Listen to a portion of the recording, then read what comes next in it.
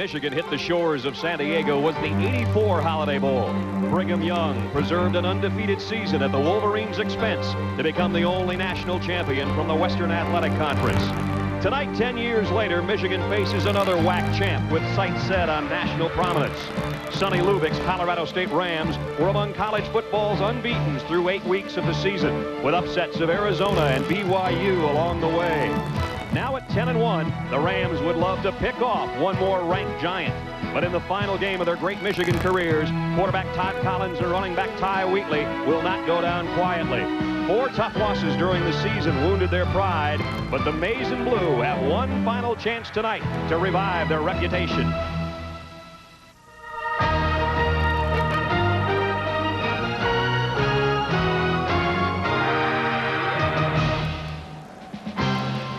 High atop Jack Murphy Stadium in San Diego, the Thrifty Car Rental Holiday Bowl, edition number 17. We'll bring you the Wolverines of Michigan, ranked 20th, against the upstarts from Fort Collins, Colorado, the Rams of Colorado State.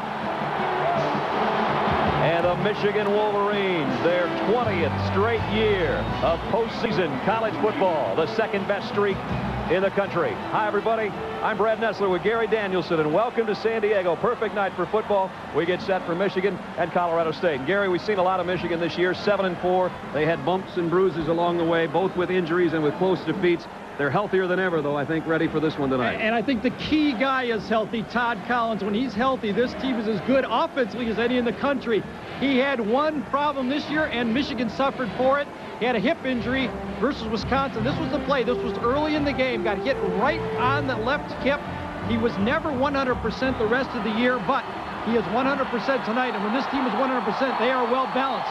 First time in Michigan history that they've had a 2,000-yard passer, a 1,000-yard rusher, and a 1,000-yard receiver. That's the balance and really the challenge that Colorado State will face in this football game tonight. Well, the Rams know that they are in for a challenge tonight against the Big Ten Michigan Wolverines. But right now at 10-1 and ranked number 12 in the country, Sonny Lubbock has this team believing. A lot of fun, and the reason he has them believing is he has the credibility to come here. The players believe him. It was at Miami. They won a national championship. What he says, the players believe, and he tells them, you have to make plays. The guy tonight that has to make plays, Anthony Hill. He has to make plays outside of the offense, not just the play call. He has to make something happen outside of the play call. Here he is against Wyoming, looking one way, and then the play breaks down. He gets outside of the pocket, makes the big play. If he can do that tonight, I think Michigan will have their hands full as Colorado State comes on the field. And hoping to prove that they're Ram tough. Colorado State, only their 3rd bowl game ever, the first time in as the WAC champions. Let's head down to the 3rd member of our broadcast crew with more on what has been kind of a tough season for Michigan and hoping to improve that reputation. Adrian Karsten. Brad, you know, you're absolutely right. For the past couple of years, this bowl's been looked at by the Big Ten team as like, well, we're playing a WAC champion. We should beat them. If we do, no big deal. Well, tonight for Michigan, it's a whole new deal, and it couldn't be any bigger. Specifically, Jason Horn and his defense have been accused of playing poorly in critical games this year. Remember Wisconsin, Penn State, Ohio State. Well, Jason Horn has heard enough. He tells me that this game tonight is most critical and depends how they come out, depends on how they're going to play in 95. So his whole defense is out to make a point tonight, that they can dominate a team that a lot of people believe belongs in the nation's top 10, Brad. And Colorado State still hoping to prove they belong in that elite group. Are their fans ever ready? First matchup ever between Michigan and Colorado State. Number 20 and number 12 will kick it off from Jack Murphy Stadium when we come back.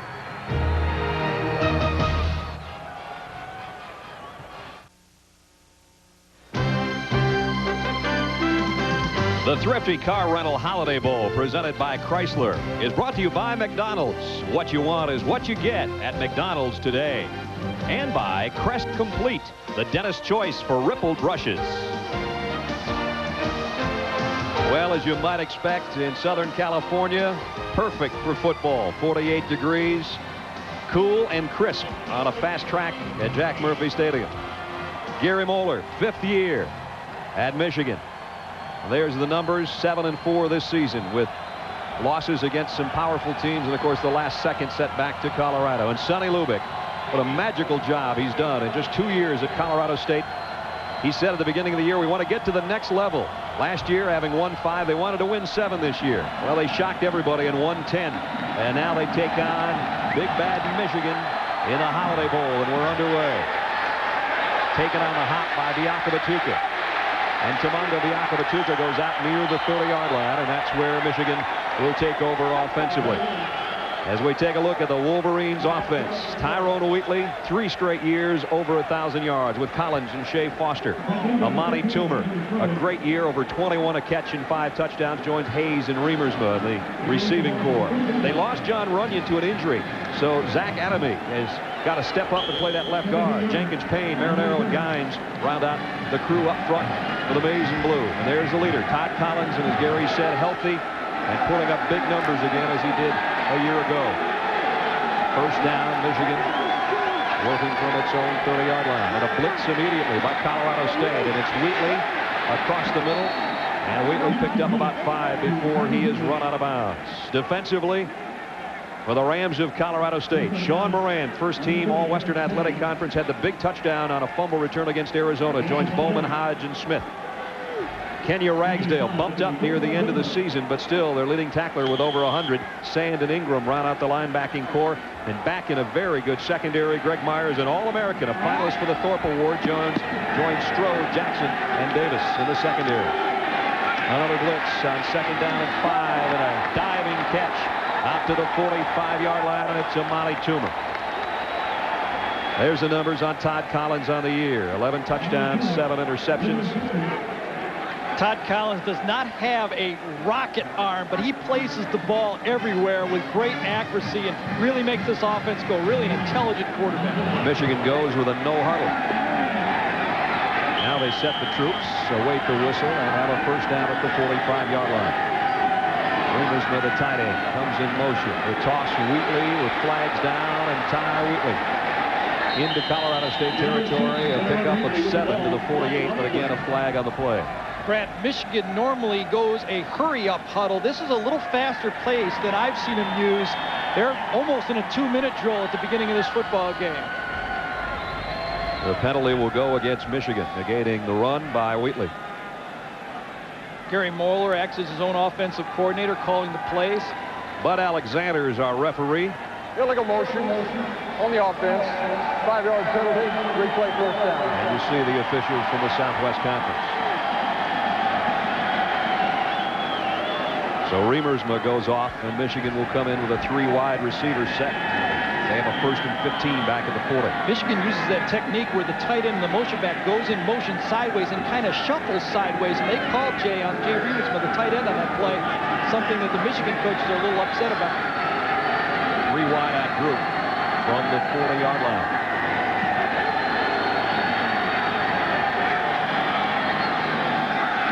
Wheatley cuts back across the original line of scrimmage to the 46. We'll give him 6. Brady Smith made the tackle. And Tyrone Wheatley, Gary, a sensational Michigan career again, another 1,000-yard season, but out to really prove his mettle. I think without injuries, no doubt he would have been the all-time career rusher passing Jamie Morris. Oh, he probably would have been, but this is such a balanced offense. He really doesn't the featured back like a Rashaan Salam is in the Colorado offense, but he has all the tools, obviously. 2nd down and 9 from the 46. Collins off play action. Sets up and fires wide open. Mercury Hayes to the 42-yard line. First down, Michigan. 17 yards on the pass play. Really feel one of the keys in this football game is Ray Jackson and Andre Strode, the 2 corners for Colorado State.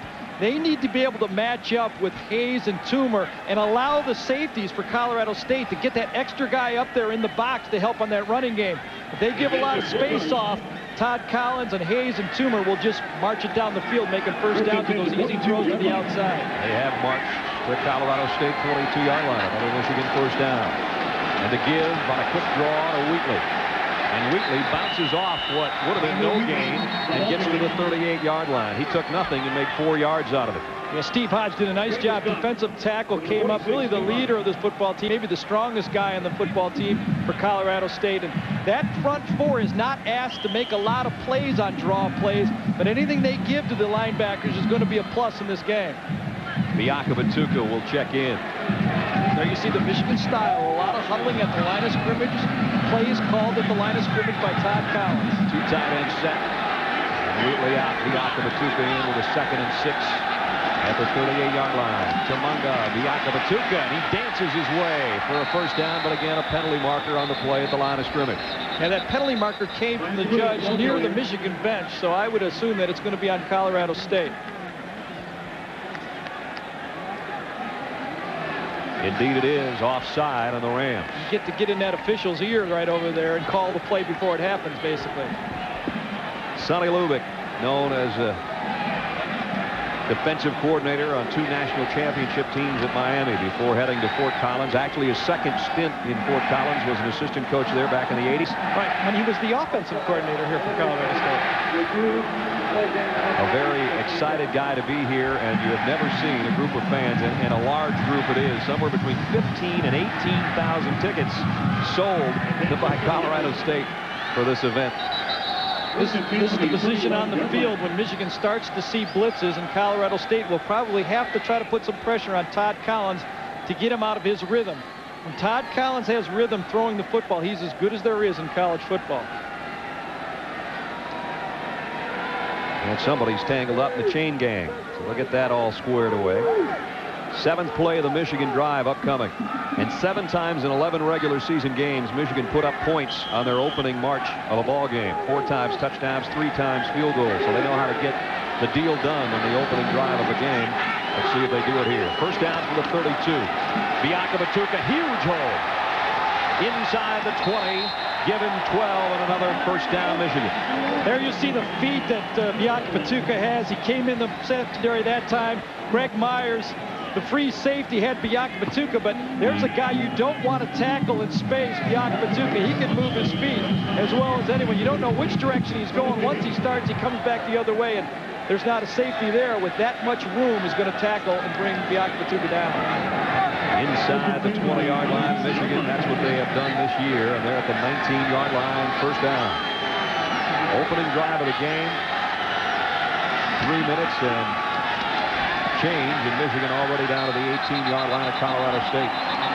Hodge and Brady Smith on the stop. Biakabatuka's short game. The Rams defensive line, in fact, their front 7 is a bit undersized. They're going to be outmanned in this by weight by the Michigan front 5 by about 40 to 50 pounds per man. It's nothing really that Colorado State isn't used to. The offensive lines of most teams are bigger than defensive lines, but I'm not sure they've seen quite the package of run and pass balance that Michigan has, and right now they got them a little off balance. 2 tight ends set. Toomer and Hayes, the wideouts. Biakabatuka in the Michigan backfield on 2nd down and 9. Biakabatuka again found himself a nice hole off the left side, but got only to the 16-yard line. And for the first time in this opening march, Michigan will find itself 3rd and long. Well, there's the challenge. That time, Colorado State brought up their linebackers and safeties, played man-to-man to the outside, and Biakabatuka didn't have as much space to run in as he had before.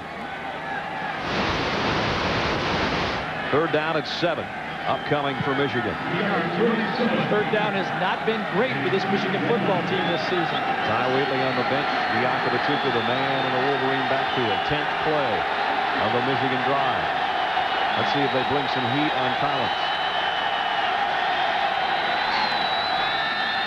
Todd Collins does get some pressure. Scrambles. Now he's going to run. Collins to the corner. Out at the 1.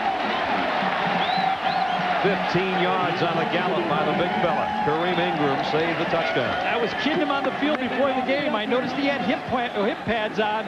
I said, you remember that hit against Wisconsin? He said, I was wearing them that day too, Garrett. But this time he gets out of the pocket. This is what Michigan fears from Alfie Hill. Collins coming out on 3rd down, making a big play. Really the guy you don't account for, making the play on the breakdown in the coverage and getting outside the pocket. 1st and goal, Michigan at the Colorado State 1. Biakabatuka, the tailback in the eye, gets the call, but he's going to go down for a loss. Excellent penetration inside, and it came from Sean Moran, and a loss of 4. Sonny Lubick says Sean Moran can be as good as any defensive end he's had. His motor's running full speed, great intensity. goes about 250, started as an outside linebacker here at Colorado State, but now they convinced him that he can be a player as a defensive end, and he's the guy from the outside that'll make plays just like that. It looked like it'd be a shoe-in for Michigan with 1st and goal at the 1. Now it's 2nd and goal back at the 4. They're going to have to earn it. It's the passing down. Cooper, the tight end, in motion. Biakabatuka. They spread it out again, and again he'll go down. This time, Kareem Ingram and Greg Myers are there. Let's check in with Adrian Karsten quickly. Well, it could have been a shoe-in, but it's Tyrone Wheatley who's had his shoe off over my shoulder. Now, the medical staff of Michigan is actually guarding us from seeing what's going on, but here's the deal, Brad. They actually took the shoe of Tyrone Wheatley off his left foot. They're looking for a fracture of the bone that leads to his smallest toe. Apparently, no fracture. They have put in another insole in his shoe, but they've missed him on this drive. Biakabatuka may have to go the rest of the first quarter because Wheatley cannot move around very well on that left foot. He's up on his feet now. All right, Adrian, thanks. He is up. Ed Davis has checked in, though, and Biakabatuka has hustled off. 13th play of the Michigan drive, but it's 3rd and goal now at the 4. And now they will have to pass. It's an empty backfield. Collins is blitzed. Fires. Touchdown. Amani Toomer.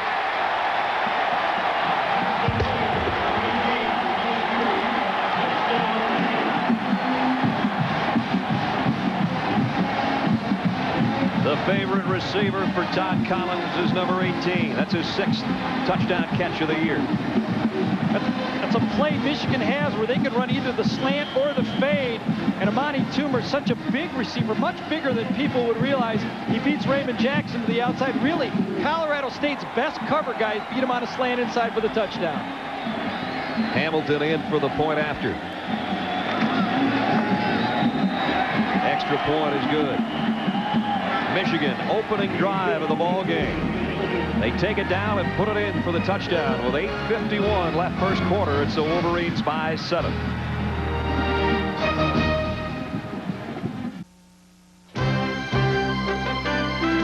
The Thrifty Car Rental Holiday Bowl presented by Chrysler is brought to you by Thrifty Car Rental, historically known for low rates, and by Chrysler and the new Chrysler Cirrus sports sedan. World-renowned Hotel del Coronado on Coronado Island on a gorgeous night in San Diego from high atop the Murph. Amani Toomer with a first touchdown of the night on a 4-yard pass from Todd Collins. Caps off a long Michigan march to open the game. And now Rummy Hamilton will kick away to Chris Myers and Van Ward. And it'll be Myers from the 5. And Myers finds himself some room. Excellent field position. That's just what Colorado State needed to get their enthusiasm back. Anthony Hill with some final words. He'll bring out the CSU offense. In the backfield, E.J. Watson scored 9 touchdowns this year, joining Burkett and Hill back there. Eric Olson is Hill's favorite receiver, physical receiver, over 19 yards a catch, with Turner and Justin Shull as the tight end.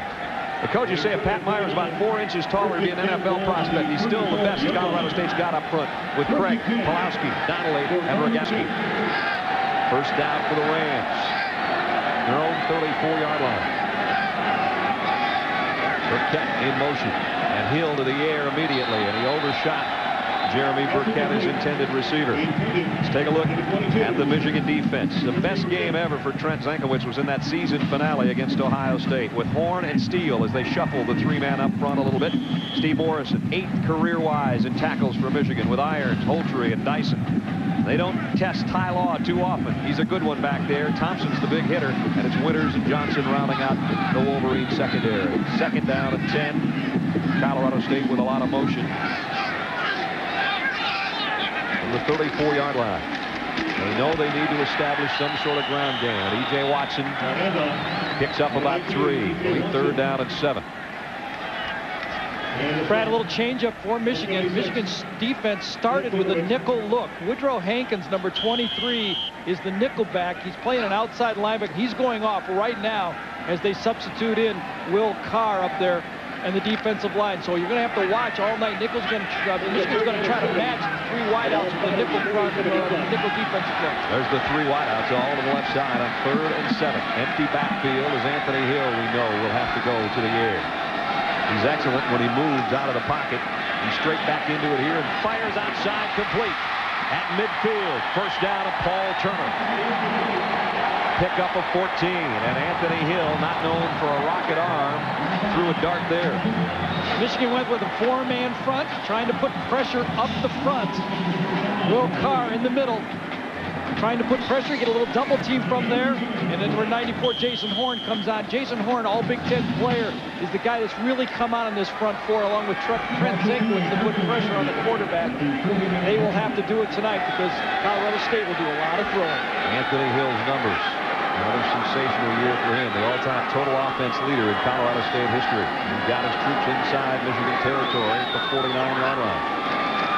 On an option. Pitches out. And maybe about a yard, maybe two for Leonis Brown. The backs will shuffle in and out for Colorado State. They'll show you a little bit of Brown, a little bit of E.J. Watson. You've seen Watson's numbers. There's Brown on the year. And then sometimes, Gary, they'll come in with a dual backfield as well. Yeah, I was going to say, there's 4 guys here listed on my halfback spot. So they got Van Ward and Renard Karn, too, that will also play. And what the key to the offensive game for Colorado State is to keep the Michigan defense off balance. Run when it's a throwing down, throw it's a running down. That's how they beat Arizona during the regular season. Second down and 9 from the 48. The gives to Watson, who heads around the corner. He got good yardage, short of the first down, but he got it to the 41 before he's run out of bounds by Jared Irons. Watson came into this one with 665 yards as the leading rusher of the group. And you see the 9 touchdowns on the season. Yeah, he had a little problem with his leg this year. He had a right hamstring that bothered him a little bit. It's really his second full year. He came in as a prop player and has great vision as a running back. Dave Lay, the offensive coordinator, told us that he's coached a lot of good running backs, and he said that this guy doesn't have the great speed, but has great vision as a running back. He says Coach Marshall Falk, when he was at San Diego State, this guy's got all of Marshall's package except that breakaway explosion speed. And one other thing, he's about 20 million short. The bank account is different. Well, where one official on the far side of the field marked it out, it was not even close. It would have been almost 2 yards for a first down, but as they bring the sticks all the way across the field, we see that it was not marked properly on the far side, and it's inches short.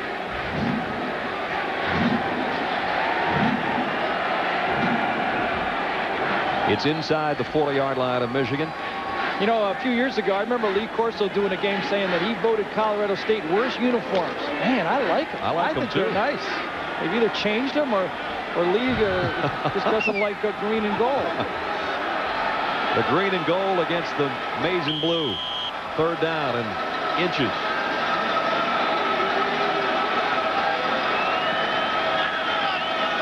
Michigan showed blitz and backed out of it. Hill straight ahead. I was just going to say, with a quarterback who's got excellent feet, maybe just let him do it, and he did.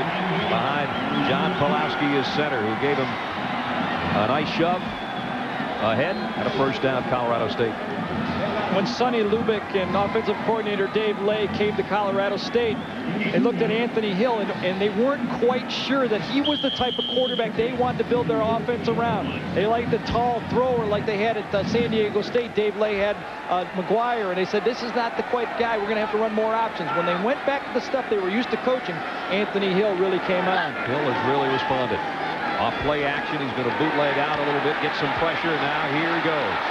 Got inside the 35 and picked up 4. Glenn Steele made the tackle. He is a leader by example.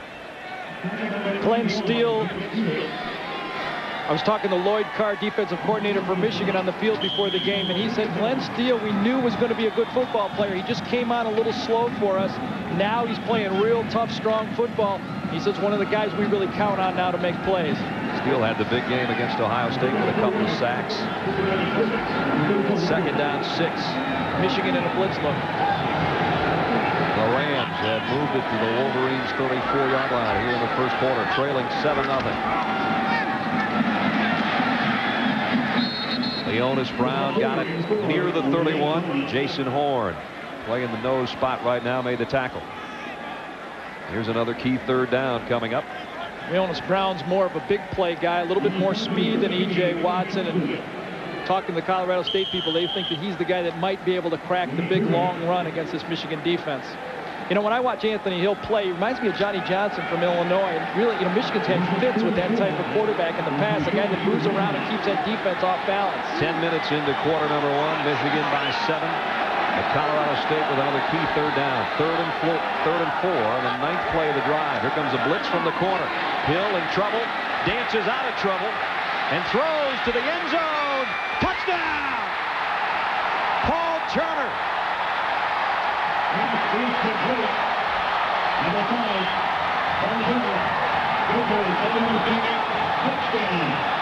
34 yards.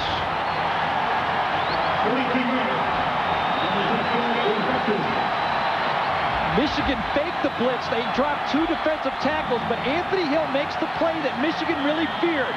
A breakdown in the play. This did not come within the structure of the play. He got outside the pocket, threw the pass, put 6 points up with just his ability to read the play on the go. Anthony Hill makes the play. Matt McDougal to try to tie it up. Eric Prawl to hold. And both teams have taken their opening drive and put it in the end zone with 4:50 to go in the quarter. It's Colorado State 7 and Michigan 7. Tomorrow, the Liberty Bowl. Start your day as Thrifty Car Rental Bowl Week rolls on. Illinois' Dana Howard and East Carolina's J.R. Smith. And then, in the evening, it's a Builder Square Alamo Bowl. Baylor's Bradford Lewis on the run against Washington State's great defense. Illinois against East Carolina at 1 in the Liberty Bowl. And then Baylor at 25th ranked Washington State in the Builder Square Alamo Bowl. What a bowl week. And what a start to the Thrifty Car Rental Holiday Bowl. Michigan and Colorado State locked at 7. Paul Turner is the fastest player on the Colorado State team. And let me tell you, as he crossed that end zone and that ball was coming down, he had to turn on the extra jets to catch the touchdown pass. Mercury Hayes on the kick return from Michigan from the 6. Mercury Hayes, and he's got speed. Look out. Across midfield is Mercury Hayes. Let's take one more look at the touchdown before. Now, you're going to see the blitz. Michigan fakes the blitz from the outside, but the tackles and the linebacker are going to drop. This is a zone defense for Michigan. It's designed to cause a break-off. You'll see the zone, 4 across the board. There's really no excuse for anybody getting behind the secondary in this situation. It's not a man-to-man look. There you see it when Anthony Hill breaks the line of scrimmage. Woodrow Hankins, number 23, picks his eye off it, and Turner's into the end zone for a touchdown. And it caps a 66-yard, 4-minute march in 9 plays. But immediately back to midfield goes Michigan. What a place to start, thanks to Mercury Hayes' 44-yard kickoff return. Ty Wheely's back in the Michigan backfield. Play action for Collins, and he rifles it far side. Wide open is Toomer. And Amani Toomer's going to take this one for 25 to the 25. Raymond Jackson on the tackle. They're giving him way too much room out there. Amani Toomer just said to the bench, just throw it to me. I can beat this guy all day. Amani Toomer on a cutback here to the outside, comes back to the ball, beats him by 8 yards. This is the 5th straight completion for Todd Collins, 3 of them to Amani Toomer, and right now Toomer's saying, just throw me the ball, we can end this thing early. Amani Toomer over 1,000 yards on the season and off to a great start tonight, including the touchdown catch on Michigan's opening drive. First down Wolverines, the Colorado State 25. Hayes in motion. And here's Wheatley, his first carry since he went out, had that foot checked, and he got about 3. Devon Hawkins made the tackle for Colorado State, along with Garrett Sand, the linebacker. Well, I don't think this is anything new to anybody who's watched WAC football or watched Colorado State football. This is kind of the way it goes when you watch these guys play. Up and down the field, offense is moving it, getting first downs and scoring. Shootout football. 2nd and 7, and it's Wheatley on a toss. Nice job defensively to get over there is Brady Smith. Brady Smith is the kind of guy that's got all the tools, but no matter how many times he goes to the dinner table, he can't keep weight on. Boy, I'd love to have that problem. You bet. Brady Smith just stood up, the Michigan player that time, ran down the line of scrimmage, goes about 235, started the season at 250, just keeps losing weight. As they say, if he could bottle it and sell it, he doesn't need to play football, does he? Well, how about him? Mom and Dad both went to Michigan, and his grandma still lives in the Ann Arbor area, and he's playing for the Indians. I don't know who they're cheering for. I imagine their kid. 3rd down and 7. Collins Plenty of time now. The pocket collapses. But again, he scrambles. This time he won't get the first down. He fumbled the ball, too. Ball came loose. No signal yet. He was upended down there by Kareem Ingram. Todd Collins has to be careful. There is a huge drop-off in talent after Todd Collins on this Michigan football team. I think we've got a field goal attempt coming up. And I'll tell you, he is holding his back, too, on this play. He wears a flak jacket, but he or any quarterback can continue to take hits like that and play the whole game.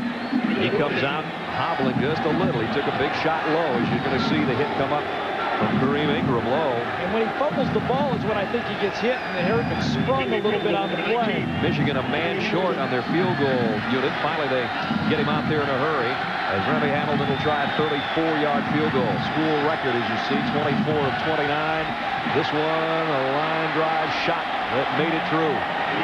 So Michigan's had the ball twice, and twice they've scored. This time they have to settle for 3. 2:46 left in the first. Michigan 10-7.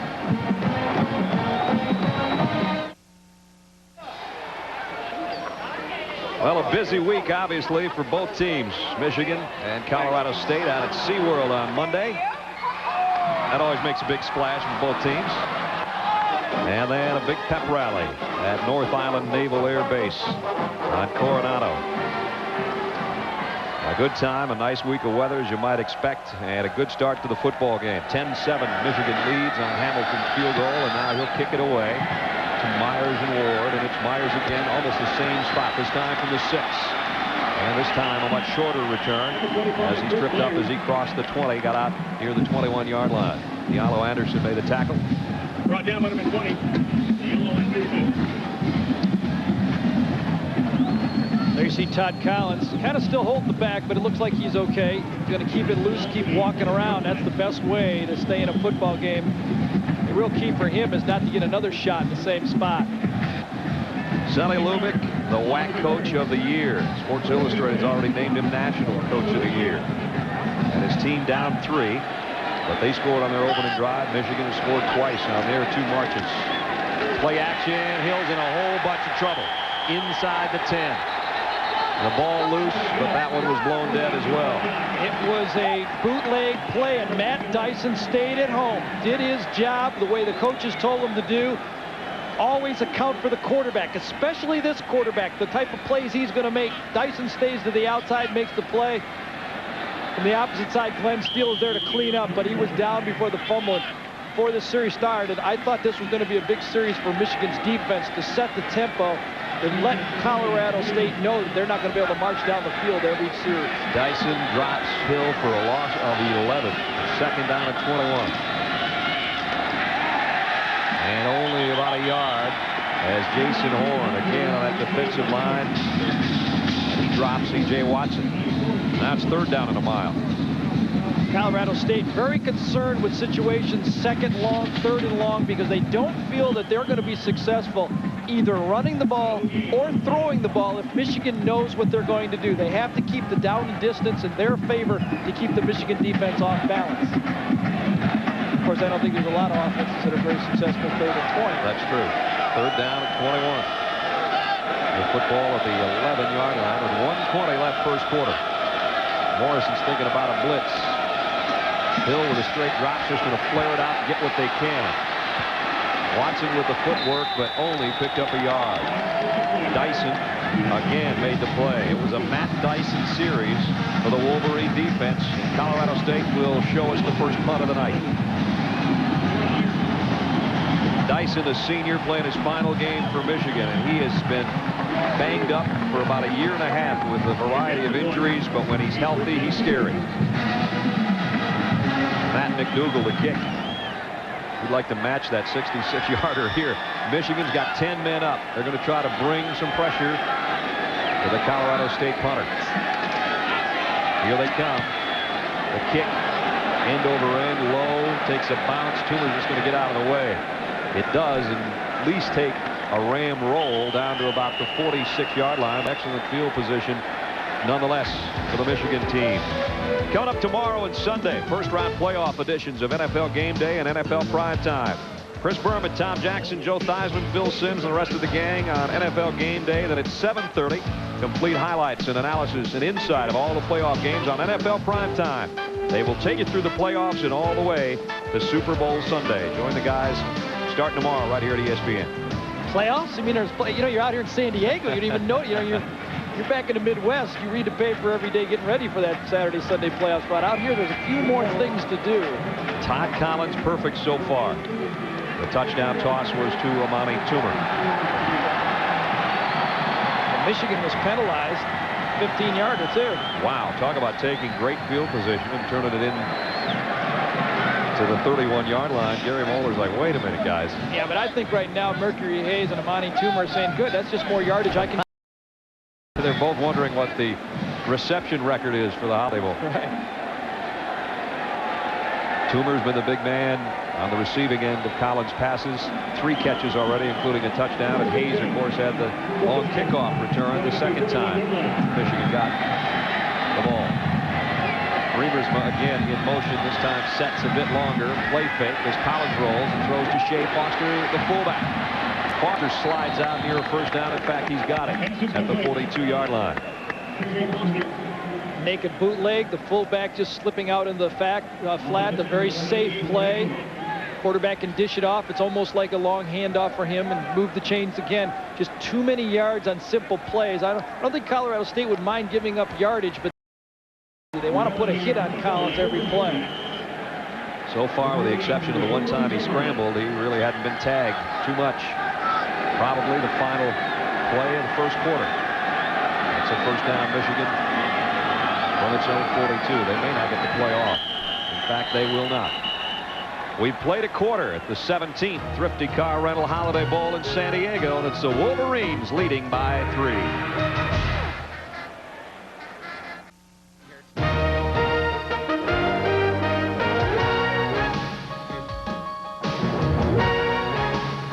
Thrifty Car Rental Holiday Bowl in San Diego. Michigan leads 10-7 as we're set to start the second quarter with Gary Danielson and Adrian Karsten. I'm Brad Nessler, and there are some Rams fans, no doubt, even though they got the reindeers instead of the ram horns. Their team trying to dig in against Michigan's offense, which has scored both times it's had the football. First down from the 42. Wheatley. Down at the line of scrimmage. Kirk Bowman and Garrett Sand up to make the hit. Colorado State said their first goal was they have to stop the running game. If Wheatley breaks runs into the secondary, we do not have a secondary that can run with Ty Wheatley and tackle him in this open field. So we have to, our front 7 have to be committed to the run, at least in running situations. Total yardage so far, Michigan 119. Michigan hasn't gone deep yet. They've been successful with the comebacks. Let's see if they don't throw one down the field. Wheatley in motion from the Wolverine backfield, and flags stop play.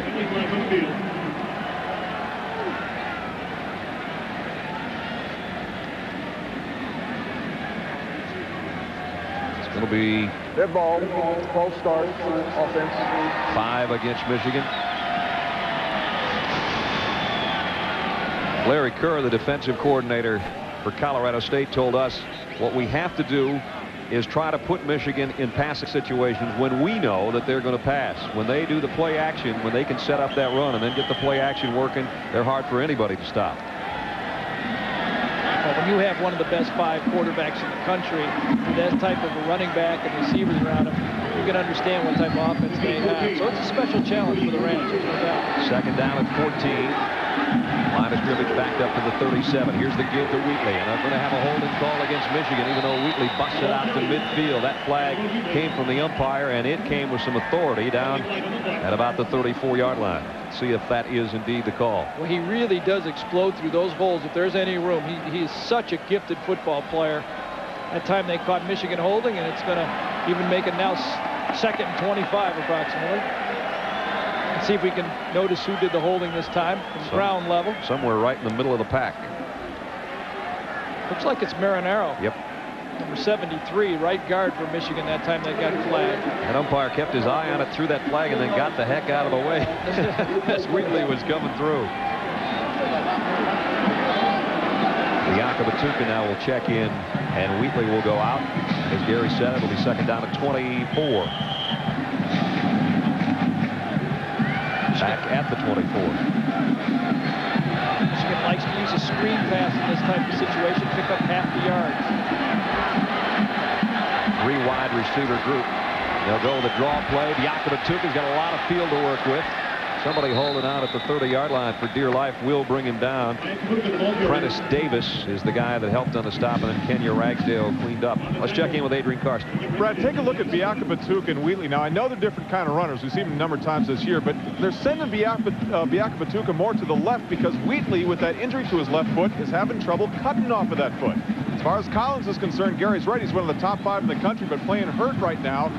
Got the indication on the sideline. He's had trouble following through because of that hit he took to his right side, Brad. We'll keep an eye on that one.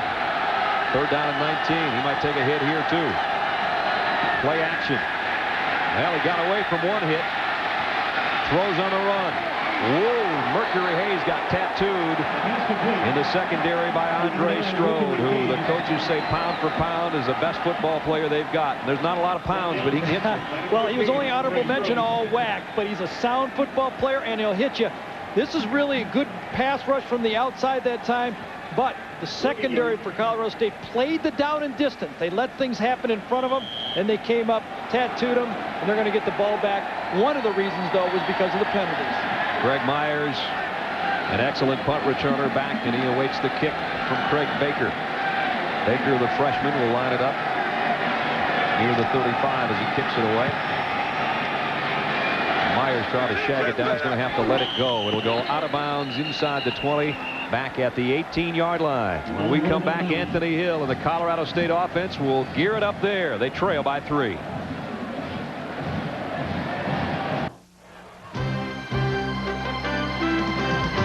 The Thrifty Car Rental Holiday Bowl is presented by the Chrysler Corporation and its divisions. In the car business, you lead, follow, or get out of the way. And brought to you by Thrifty Car Rental, historically known for low rates. 10-7, Michigan from high atop Jack Murphy Stadium. Our aerial pictures courtesy the Goodyear Blimp Eagle, based in Carson, California. Today's pilot, John Creighton from Torrance, California. Nice to have you with us, Captain. And the blimp as well, giving you the shots above the action of the 17th Thrifty Car Rental Holiday Bowl. Brad Nessler, Gary Danielson, Adrian Karsten, and a 10-7 game with 12:09 to go in the half. Colorado State's got it back on offense from its own 18-yard line. Maybe 2 yards on the ground for E.J. Watson. And Gary, you said to me, Colorado State's got to establish a run somehow here. I really think they have to take the pressure off Anthony Hill. He has to have some help. If he's going to be effective with play-action passes, they need to have some running so that they'll be able to have some respect and be able to use their play-action game. Trent Zankowitz, number 76 for Michigan, has really upped his level of play. He just made the play on that running game. Had a great game against Corey Stringer, probably one of the best offensive linemen in the country for Ohio State. And he is really a force in that front 4 now for Michigan. 3 wide-out group for Hill. And the Rams offense, 2nd and 8. Off play action, Anthony Hill to Paul Turner, who had the touchdown catch earlier. And now he's got a big first down out to the 30 to give the Rams offense some room to work. 11-yard pickup. Lloyd Carr, defensive coordinator for Michigan, was extremely nervous with the speed of the Colorado State receivers. He said that they have speed that we can't match in the secondary. So that's why you see a lot of space there for those comeback passes to the outside. The Michigan corners are staying deep. And you know, Brad, when you get beat early in the game, you have a tendency to stay a little deeper. That's right. Woody Hankins that time was out there on the corner. He was deep. 31-yard line is where Colorado State has a first down. Hill loads it and airs it long. And it's caught. Eric Olson. Yeah, but he pushed off. That's going to be offensive pass interference. Way back at the 32, there is a penalty marker. He put his hand right in Ty Law's back. It was very plain to see. At least that's going to be the call. Olson, a very physical receiver, and a little too physical there. And a very fast receiver, too. He ran a 10-700 meters in high school. Had a problem with hands coming out of high school and college, but let's take a look at this play. Ball's in the air. Olsen comes in. There you see both hands. You see Ty Law's jump go away from the ball. That was a very obvious call and a good call. Olsen, a leading receiver, doesn't like it, obviously. Came in averaging over 19 a catch. Ty Law is a guy that does not get tested very often because of his reputation. I'll tell you, one of the keys, and you have to think about this when you're on offense, when you're throwing the ball deep. You don't want to throw those type of plays on the sideline of your opponents. If you're going to throw deep, you should throw on your own sideline, because there's a lot of people on the Michigan sideline working that back judge to say, hey, make that call, make that call. There's interference. And that happened right in front of the Michigan bench. So instead of a 69-yard pickup, it's a penalty. It's 1st and 25, and it's way back at the 16-yard line. 11-11 to go first half. 10-7 Wolverines lead. Draw play. Watson spun down in his tracks. He'll lose a couple. Jason Horn just made a tremendous play. He's had a great game so far. I predict Jason Horn will be the captain of this football team next year. The junior from Lafayette, Indiana, just on a pass rush, going for the quarterback, and on the way, he sees the draw, slips through, comes back, makes the play inside. He beats the center, John Pulowski, who really, the Colorado State coaches were a bit worried about, even before this football game, if he could match up. They said, we have to give him a little bit of help inside. Well, here's that long yardage situation again for Colorado State. 2nd down at 28. Watson now splits out as a wide out to the left. 3 the other way, and that's where Anthony Hill's looking. Got a man wide open in Turner, but he's not going to get much. Ty Law will knock him out of bounds. You have a tendency to be wide open when you run a 1-yard pass to the outside. 3rd and 28, those 1-yarders are wide open all the time. Good defense, and really that's about all Anthony Hill could do on that play. The Michigan defense dropped very deep and forced him to throw the ball to the outside. Now he'll find himself with 3rd and 22. The Michigan front four seemed to be able to get off the ball and feel that they could put pressure on Anthony Hill. The challenge is, can they keep him in the pocket? And Dyson did a job of keeping him in the pocket the last time Colorado State was on offense by bringing that pressure on the right defensive end spot. He gets in his track stance there for Michigan. 3 wideouts to the left, 1 to the right on 3rd and 22. Here comes Dyson again. Hill got it away. Man open, and a first down across the 45. First time they've used the tight end Justin Shaw right up the middle. This is the seam pass, and that's what you get when you spread the defense out against a safety in the middle of the field. The tight end this time, you'll see the tight end come down this hash. These guys will all go down the hashes right there and isolate on that free safety in the middle of the field. Justin Shaw is going to come. You see the free safety in the middle of the field. Anthony Hill looks off, throws it right over the linebackers' heads. Perfect execution. Thompson and Winters cannot get there in time. Shell's been battling a deep left thigh bruise. He didn't show any problems there. 27 yards on the pickup on a 3rd and 22. Hill floats it out. Almost floated it too much. Colorado State wants a flag. I don't see one. Intended for Terrence Zeno and broken up. Well, the Rams offensive coaches are now trying to work the officials to their favor. They said, hey, big call went against us. We get the next one. The question here is whether there was any face mask on the play. Hill knows no one's open. He tries to throw it outside where just his guy can get it. And the call was, did he grab his face mask? And yes, that's why the defensive coaches, Deion Johnson, number 28, came down and inadvertently grabbed the face mask. That should have been a 5-yard call. Hill's numbers, including the touchdown to Turner. Here's a counter. Watson looking for somewhere to run, and he finally did get a couple out of it. Boy, those rushing yards are tough. Are they ever? Jared Irons, a sophomore inside linebacker who is going to be a good one. Already is, but he made the tackle. And, of course, his dad played a lot of years in the National Football League. Well, with Steve Morrison and Jared Irons, the 2 inside linebackers, you feel confident that you can go with a nickel-type look and just keep those 2 guys inside in a 4-2 look up front. 3rd down, this time a more manageable 7 yards to go. Last time it was 3rd down, it was 3rd and 22. We approach 9 minutes in the half, 10-7 Michigan. Hill's going to flare it out of the backfield to Watson. Watson Not going to get there, but he got pretty close. He did get to the 46-yard line. It's 4th down and 2. I'm not sure if we have our first coaching decision coming up here or not. It's pretty close to midfield to go for it on 4th down and a couple, but Anthony Hill says, Coach, let's go for it. Yeah, I got a chuckle out of Sonny Lubick. I said, now how do you get involved with the offense? He said, I just leave him alone. He says, that's Dave Lays. I don't get involved. And when I get to those tough situations where I have to make a decision, I said, Dave, he said, you want to go for it, Coach? He says, if you think you can make it, go for it. If you don't think you can make it, let's punt it. That's right. They are going to punt it. Well, it's still a good football game. 10-7 right here. There's no need to panic. Punt the ball down and make Michigan travel the long way. Play a little field position. So hustling out quickly is Mercury Hayes to get in return formation. Mac McDougal had a poor warm-up kick with the ball. He shaking to the right. This time he got a beauty. Actually, this one comes off the left a little bit, but it does go inside the 20 down near the 17-yard line. So Michigan will have to take it the longer haul. They lead by 3. Back at Jack Murphy Stadium, Michigan leading Colorado State 10-7. Anthony Hill with his troops gathered around him. The quarterback. There's Eric Olson, the guy that shoved off on Ty Law on what would have been a huge gain. And instead, they brought it all the way back. They did punt it down, though, to the 18-yard line. So playing a little field position football, Colorado State. And Michigan, their entire unit, huddled around Gary Moeller on the sideline, and they'll bring it out and bring it up to the line. 1st and 10, the 18-yard line.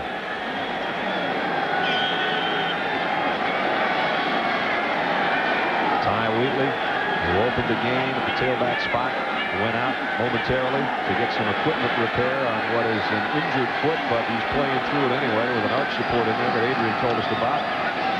He gets the call on 1st down, and he's going to lose a yard. Kareem Ingram makes the play. Well, Michigan's had great success on 1st down tonight, but the reason they're so tough to stop is how balanced they are. We talked in the open about the success Colorado State had against BYU and Arizona. You can see they don't quite have the balance that a team like Michigan does. 49-50, that's unbelievable how balanced they are, and that's really the desire that Gary Moeller brought to him when he took over this Michigan job. He wanted to have a balanced offense no matter who he was playing, but they had to stop both the run and the pass when they played Michigan. 2nd down 11. Play action for Collins right over the middle and a 1st down. Out across the 30 to the 32-yard line. Todd Richards, his first catch of the night. Todd Richards is playing a little bit more because Seth Smith was not able to play in this game. Disciplinary problems, was subject to a 1-game suspension. I guess it's a 1-game suspension. He's not going to be playing in this game. At least we know that. And Todd Richards comes in with a nice play over the middle. And a 1st down toss out to the 32-yard line.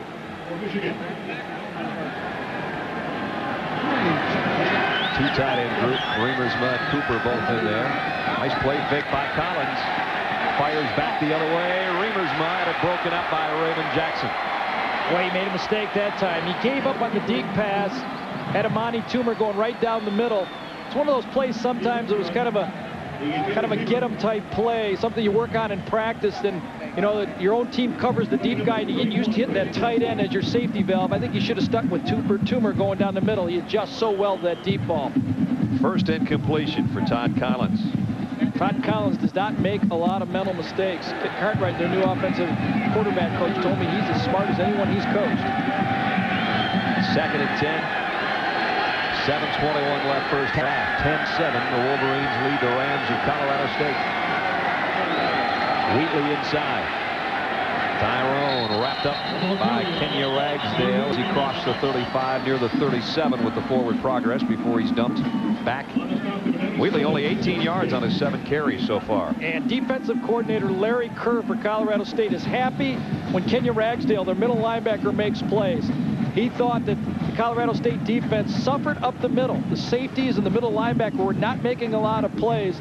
There you see Larry Kerr right there. He calls it. He's up in the box, likes to call the plays from this press box. And Ragsdale, not a big player, only 218 pounds, but he has to get in and make plays. Yep, Larry said if we plug that middle a little bit, we got a shot. 3rd and 5, Michigan.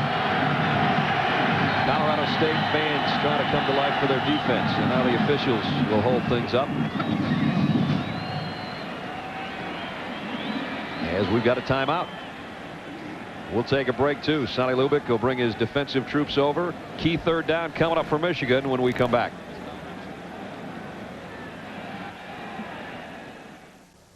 Flips the pigskin to the gator. Jacked up and juiced. Before the Hail Mary becomes the Immaculate Reception. Weeping in the stands. Before fears become reality.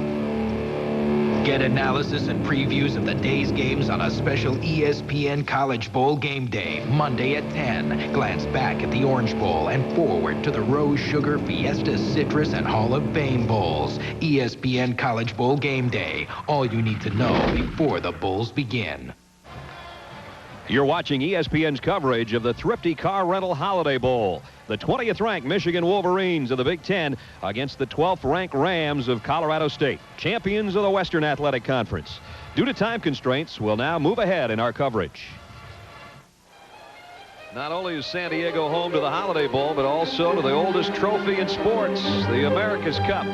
Team Dennis Conner set sail for a 7th time in this competition, with racing beginning here off the coast 2 weeks from today. ESPN's exclusive coverage of the event premieres in March for the semifinal rounds of America's Cup 95. Boy, we went to dinner the other night. They were working on one of those babies at about 10 o'clock at night as they prepare for that competition. 2:25 left first half of this competition. Colorado State trails Michigan by 3, and Dyson coming again. And Hill threw it away. Boy, that was intentional grounding right there. He got away with one. No call. Let's go down to Adrian.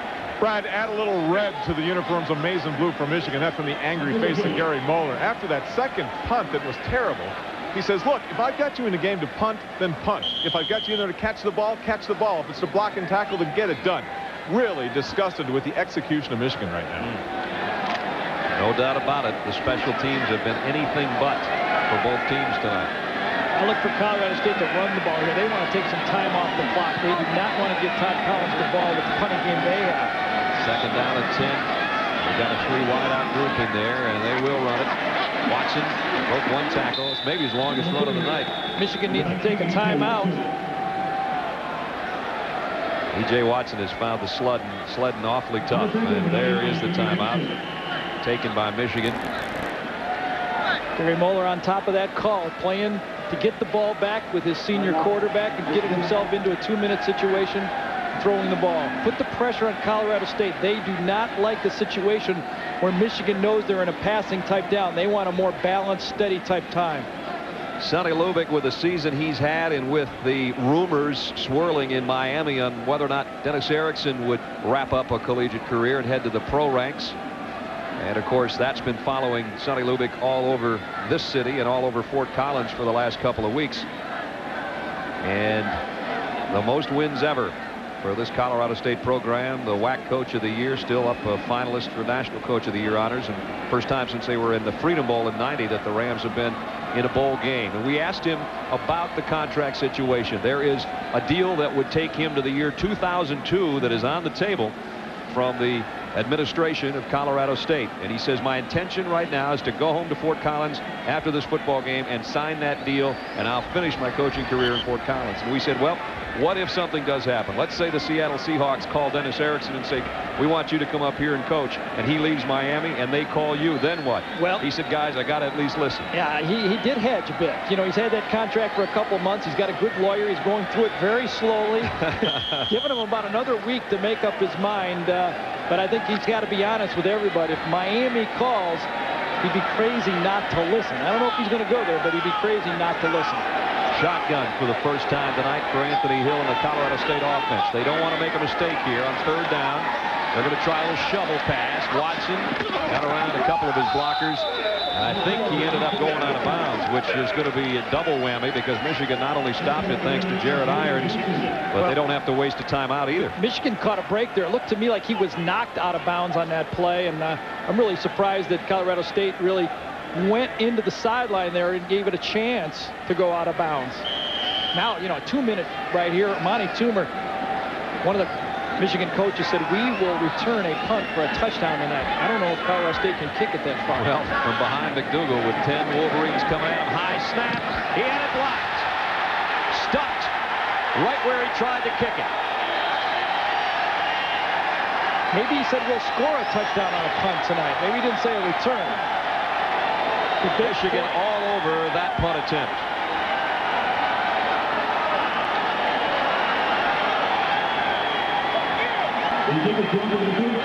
So Michigan now will have a golden opportunity to score with 1:49 left in the half. I think it's going to be Chris Howard, number 32, that comes, the freshman running back, right up the middle. Someone misses their block up the middle. I think it was Sand, number 30, Garrett Sand.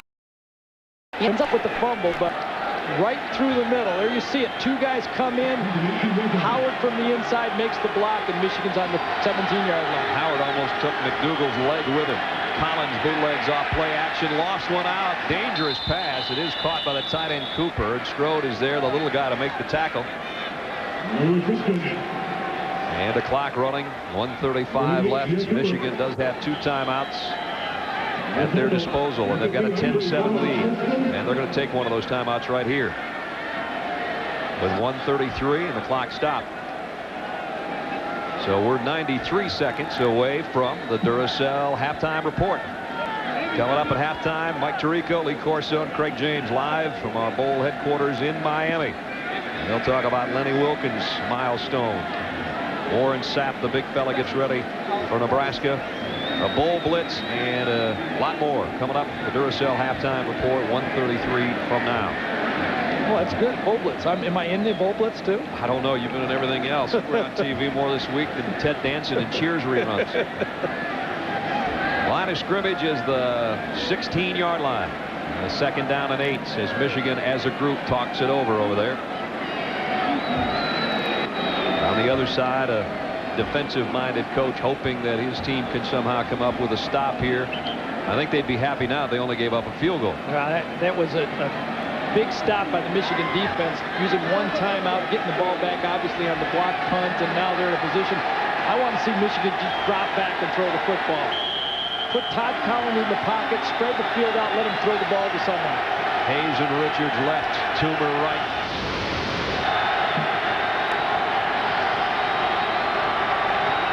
Richards in motion. Collins to the end zone. Touchdown, Mercury Hayes.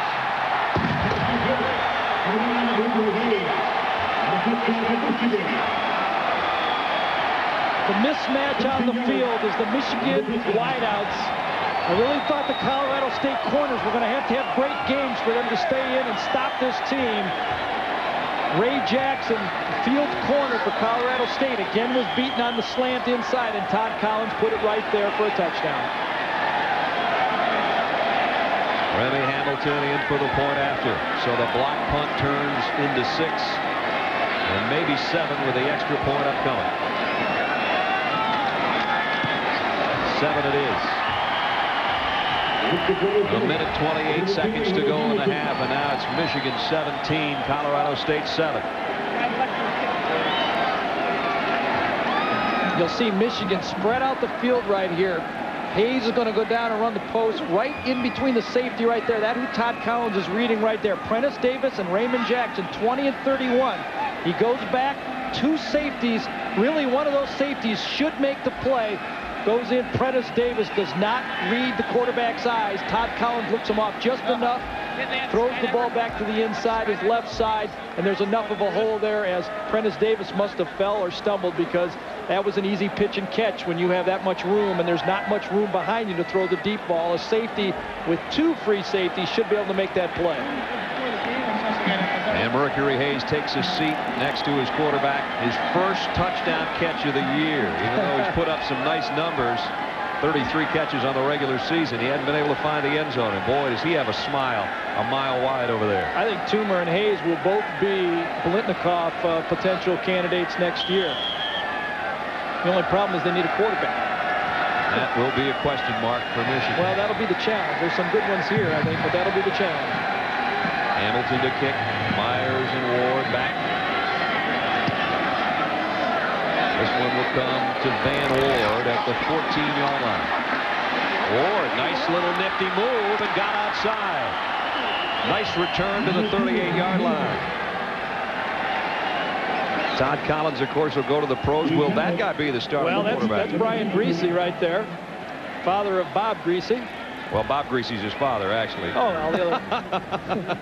There are all these details. Well, there have been a lot of greasy quarterbacks, and of course Bob's in the Hall of Fame. And I said, well, where's your kid stack up? He says he's the best athlete in the family, hands down. Well, I don't know about that. Bobby, in his days at Purdue, played basketball at Purdue and football. So that's high praise for his kid, huh? You bet. I don't know if he's played in his dad's class yet. At the 38-yard line. First down, Colorado State. Now let's see if they open it up a little bit to try to get back and get some points before intermission. Trailing by 10. On the counter is Watson, bounced off one, and E.J. Watson, that's his best run of the night. He got almost 7.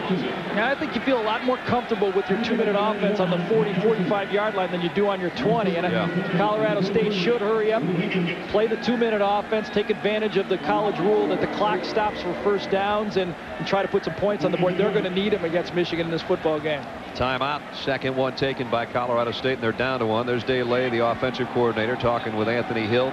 Very impressed with Anthony Hill when you talk to Dave Lake. One of the world's most enduring symbols. The Goodyear Blimp Eagles been providing our aerial shots tonight as you look in on the Murph. Jack Murphy Stadium, home to the Chargers and home to the Thrifty Car Rental Holiday Bowl. The 17th edition here tonight. Always great games. 11 of the 16 previous games have been decided by a touchdown or less. Well, this is our third together, my fourth, and this has been all exciting finishes for me. You know, last year's game, Ohio State and BYU, that's about as close as you can get. And John Walsh, who tried to get a touchdown pass on the last play of last year's game, did he have a game last night? Huh? Wow. 454 yards and 4 touchdowns and a shellacking by BYU over Oklahoma. And as Chris Fowler and the guys were talking about, the WAC has really showed up and played well so far in the bowl games, with Utah beating Arizona the other night.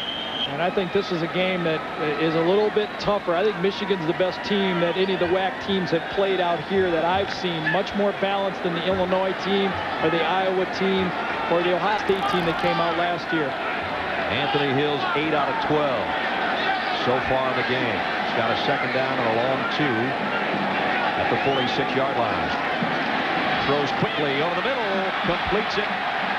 Jeremy Burkett, first down, Colorado State, a pickup of 11. And now they try to hurry it up and set it up as we approach a minute in the first half. Steve Morrison got hurt a bit on that play. I don't know if it's his foot that has been bothering him or he's a bit dinged from the hit, but he is hurting a bit on the play. At the 43, first down. And now they're still trying to get the sticks set on the far side of the field again, so officials stop play momentarily. There's Morrison limping around a little bit. Tracy is shaking his head. They asked him, do you want out? He said, no, I'm fine. Are you kidding me? Out of the shotgun. Hill all day to throw. And now throws short across the middle. It's going to be another first down to the 31. It's Van Ward out of the backfield. Pickup of 12. Dave Lay did not tell us a formation that he felt confident in, but I'm comfortable saying that it's his 4 and 5 wide receivers, the empty backfield, that he could put Michigan into a defense that he felt comfortable and confident that they would be able to move the ball. 49 seconds, clock running. Colorado State down by 10. Anthony Hill with a flag down with a holding call in the backfield. Pat Meyer held Matt Dyson that time. And now we got an injured Wolverine too. Yeah, I'm wondering. Might be Zankowitz. Zankowitz is the only number I can't account for on that play. There he is. Horn is out there. Zankowitz was kind of tangled up in that Dyson-Meyer pile where the flag is, as you can see. There's a guy that's gone through a lot, really has recommitted himself to football. Came in as maybe the most sought-after lineman in the country in 1990 as a high school player. And some of that, the Michigan coaches say, can sometimes go to kids' heads, and they do not work hard enough. And Trent Zankowitz, as he got into the latter stages of his career at Michigan. Yeah, he found out that he really wanted to play. I think this is Zankowitz right here. Oh, it's this one right over here. Excuse me. Here's Zankowitz right there. He's going to spin out of it. Comes in. He gets caught up in this holding play at the same time. He gets bent over left knee or ankle. Meyer and Donnelly were the 2 offensive linemen that were trying to block to the outside, and he just got caught up in the traffic. Zankowitz, another one of those St. Ignatius kids. He and Ingram, both from Cleveland St. Ignatius, who won the national championship, high school national championship when they were there. looked to be working maybe the left ankle, although he's holding his knee. Yeah. So we'll just hold off on any kind of comment on what it might be. Why, we usually guess when we're up Yeah, there. we sure do. And Trent is up. Well, that's great news. That's the big fear you have in one of these football games, particularly at the end of the season. You know, you're finally done. And we look at some of the great hardware from this game. Champion and participant. And Bob Demick from Fifth Thrifty Car Rental, who is here tonight. That is a lot of, you got a lot of trophies.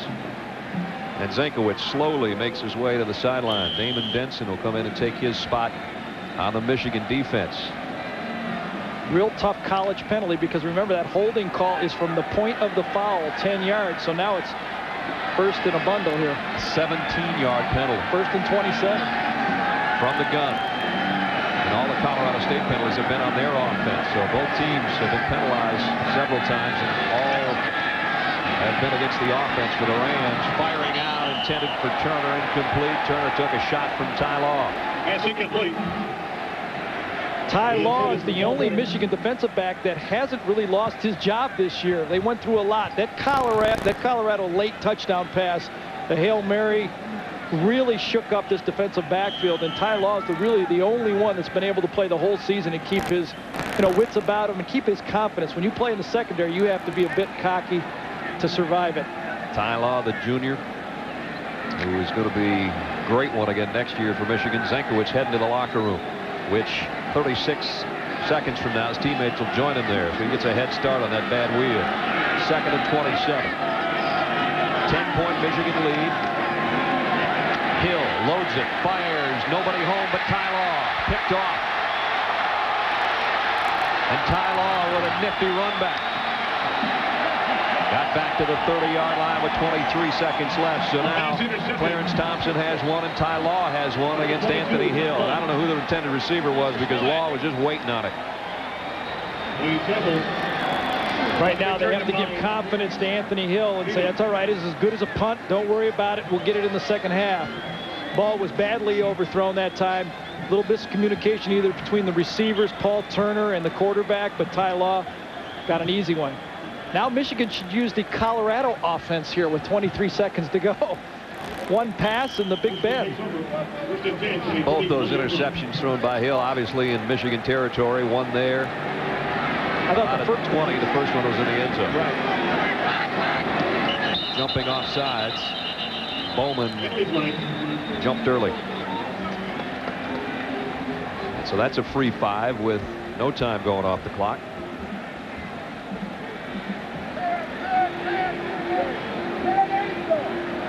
Good ball. Offside by contact on the defense. 5-yard penalty. So first and 5. Sonny Lubbock's got that headset back on. I think he thought maybe his offense, which he would leave alone, would get down and be able to get some points before halftime, but now he's back coaching again. Michigan has one timeout. I'm sure they'd like to get the ball around the midfield right here and be able to stop the clock again. Collins, delayed give to Biakabatuka. Nice job defensively that time by Steve Hodge to stop Biakabatuka before he could get going. And the last time out of Michigan's taken with 12 seconds left. Colorado State's done a nice job against the running game of Michigan's in this football game. It's been Todd Collins' passing on the slant plays. They just really haven't been able to stop. Let's check in right now with Mike Tirico's coming up at halftime. Mike. All right, Brad and Garrett, thank you. We are at Cocoa Walk in South Florida, and coming up at halftime, we're going to look at the Rose Bowl, the game just up the road from you guys up in Pasadena, and we will also talk about the Orange Bowl, the latest news regarding the game, and also the wide receivers in this game, a factor for both teams. That much more coming up when we come back to the Duracell Halftime Report. Right now back to San Diego, Brad and Garrett. All right, Mike, thanks. We've got 12 seconds left here. Michigan's just used its final timeout, and they have a 2nd and 6 on their own 35-yard line. Well, I think the play here is to still throw for a first down around midfield, get up there and ground the ball on one play and have one last play to try to throw a Big Ben into the end zone.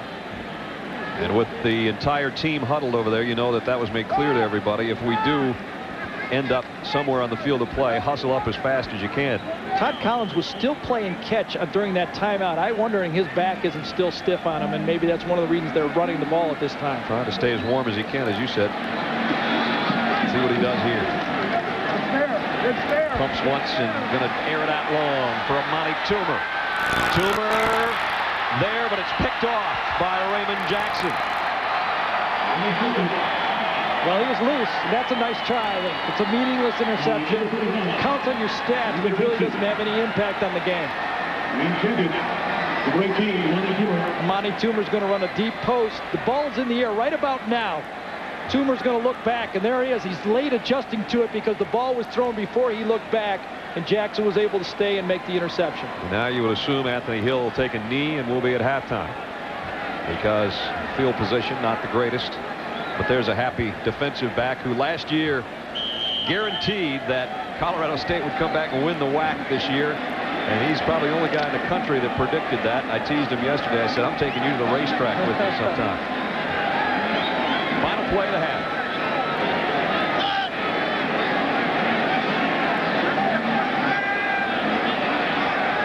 I can't believe they're not going to take a knee. They're not. Quarterback draw. See what Hill can get out of it. And get pushed out of bounds by Jared Irons. That'll end the first half of play. Colorado State had a punt blocked, or they would be right in the thick of this. As it is, they're still only trailing by 10 points. Duracell halftime report. Mike Tirico and the gang from Miami coming up next. Our halftime score: Michigan 17, Colorado State 7. Let's send it to Miami. All right, Brad, thank you. All the other things that we talked about are coming up in the Duracell halftime report, and our halftime blitzers will look at the 2 games that'll factor in to the national championship picture. We'll talk about the big guy for Miami, the intense look of Warren Sapp. We'll see it on New Year's night. Chris Fowler will talk to him as he gets ready to face what may be not just the best offensive line in the country this year, but maybe ever. All that's coming up. San Diego at the Thrifty Car Rental Holiday Bowl. The Michigan Wolverines of the Big Ten leading the WAC champion Rams of Colorado State at intermission 17-7. Welcome back, everybody. Brad Nessler and Gary Danielson. First half, Gary, it was 7-7 at one point, but Todd Collins has shown his stuff tonight. That's what you talked about coming into the game. Really, he's such an accurate football player and passer with the ball, and his ability to hit their wide receivers has really been the difference in the ball game. Colorado State has done a good job on the running game, but Amani Toomer and Mercury Hayes have been able to get him on the slants. This time the first touchdown pass right in between the coverages. Greg Meyer was a free safety that time, but Toomer beat Ray Jackson. Then after the block punt. Right, the block punt came in with Mercury Hayes, and really no excuse for this one. 2 free safeties for Colorado State, a perfectly called defense, and Todd Collins stuck it in there as the free safety fell down on the play, and Mercury Hayes ends up getting a 17-7 lead for Michigan. There's the passing chart. Todd Collins started out very hot in this football game, 8 for 8. It was only 3 for 8 his last 8 throws, but one of them was a touchdown, and he spread it out pretty well across the field, and that's what he does well, is use all his weapons and tools. That block punt was huge. It led to the second Michigan touchdown and their 17th point. Short kick taken on the fly. Van Ward at the 16. Ward works his way and weaves to the 25. That's where Colorado State will go to work offensively. Halftime statistics: 12 first downs, almost double rushing yardage and then some. And the total yardage, you see the difference there. Time of possession, 16:40 Michigan and 13:20 for Colorado State. But the turnovers, 2 interceptions that stopped scoring marches by Colorado State, and the block punt, that's what's killed them. Or maybe they'd be tied in this game, or at least 17-10 at worst. I think the key right here is the rushing yards by Colorado State. Only 50 yards out there for the Colorado State rushing. I think they'd like to have run the ball for more than that versus this Michigan defense. See what they do to open the third quarter. They will try to run it. Counter. Watson got about 4 out near the 30-yard line as we check in with Adrian Karsten. Well, Brad, your partner's evaluation situation is right on the money. They want to run the ball a little bit more. Coach Lubick told me, look, we're at a point in this game, guys, where little things are going to make a big difference. He told his offensive assistants, now we have to be thinking about our major weapons almost every play, sometimes on first down. That's going to be Anthony Miller to Eric Olson. Now, as far as the rest of the offense is concerned, they're going to try and run the ball wide when they can because they feel that's the weak part of the Michigan defense. They've got a 2nd and 6 here in the second play of the third quarter.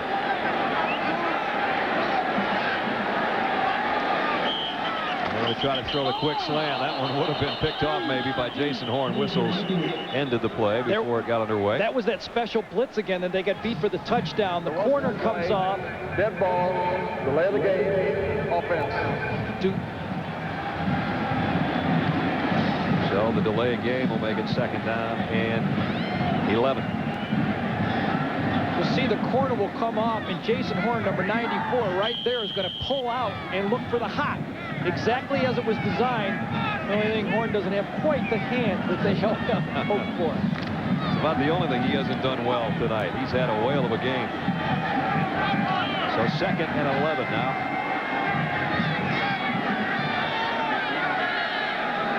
Four wideouts for Anthony Hill and the Rams of Colorado State.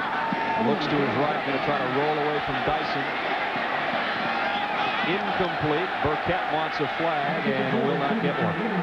Morrison, the man in coverage. Let's go back to Adrian. Well, here's the situation defensively for Michigan. Trent Zekowitz, I am told, is out of the game. Unsure whether or not he fractured his left ankle close to the end of the first half with about 40 seconds left. Some confusion by the defensive staff for Michigan just who was going to replace him. No confusion, though, that now the brunt of the responsibility for the defense really falls on the shoulders of Jason Horn that we talked about before kickoff. There he is, right in the middle of things. And that's a big break for the Colorado State offense because they were not able to handle Zekowitz. He was putting pressure on inside. Denson in there now, too, in that what is a 5-man group up front for Michigan on 3rd and 11. And a blitz coming on Hill. And it got to him. The ball is loose. And still, nobody picked it up. I don't think anybody knew it was a fumble except us. Michigan's got it. Jarrett Irons came off the corner that time. Michigan came with an all-out blitz. Anthony Hill did not read his hot on that play. Michigan brought more people than they could pick up. Remember, nobody was in the backfield. They brought 6 players. Only 5 linemen could block. He had to throw the ball hot. Jarrett Irons coming to the outside. He should have dumped this ball off. And he paid for it. Woodrow Hankins, number 23, also comes from the other side to cause the fumble. But the 2 guys from the outside is what caused the turnover. Michigan has the ball again on the 17-yard line. And that football was lying there like a Christmas tree on December 26th. Nobody wanted it. Finally, Michigan covered it, and here they are again in scoring territory at the 18-yard line. Ty Wheatley. Wheatley broke a couple tackles. Works his way down to the 11. Davis made the tackle. Ty Wheatley bothered by a little bit of a foot problem in the first half. There you see it. 7 scores on their first possession of the second half. That's not a bad record. No, it isn't.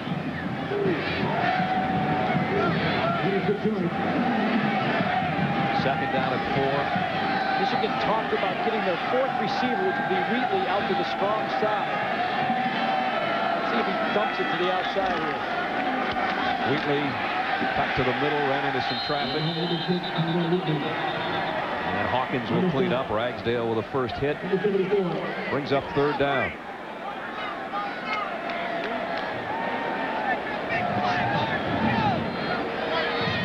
So again, first it was a block punt, then a fumble recovery by that man. Woodrow Hankins has set Michigan up for another possible score, but they've got 3rd and 4 here. Boy, you wonder what those wideouts are going to get the ball or not. Hayes to the right and Toomer to the left. Somebody may have jumped inside. Flags down. Wheatley straight up the middle. Ty Wheatley to the 3. Garrett Sand finally put the stop on Wheatley. There was movement up front. Now, was it on the offense or the defense? Might have been Hawkins. Michigan was very excited about it. I think Todd Collins drew him offside. It is going to go against Colorado State. And that's really was the key to why the play was so successful. Colorado was off balance. State was off balance. They tried to move back, and bang, they hit him with a play right up the middle. There's the hard count right there. Everyone takes 1 move. Now they're moving back. They're sitting ducks for the play right up the middle. Good call, good execution by Todd Collins. And Devon Hawkins is the guy that jumps.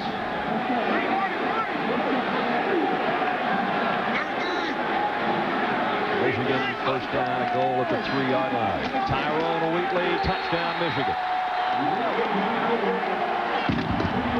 The 54th time in his brilliant Wolverine career that he has been in the painted area of the end zone. In the first half, when Michigan was down near the goal line, they tried to run the ball outside with a counter play. This time they took it right at him.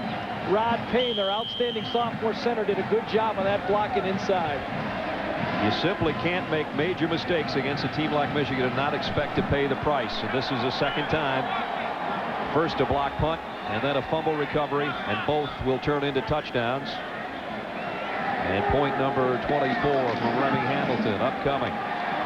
With 11 minutes and 58 seconds remaining, third quarter, the Michigan Wolverines and Tyrone Wheatley have taken control of the Holiday Bowl from 3 yards out. Wheatley with a score. It's 24-7.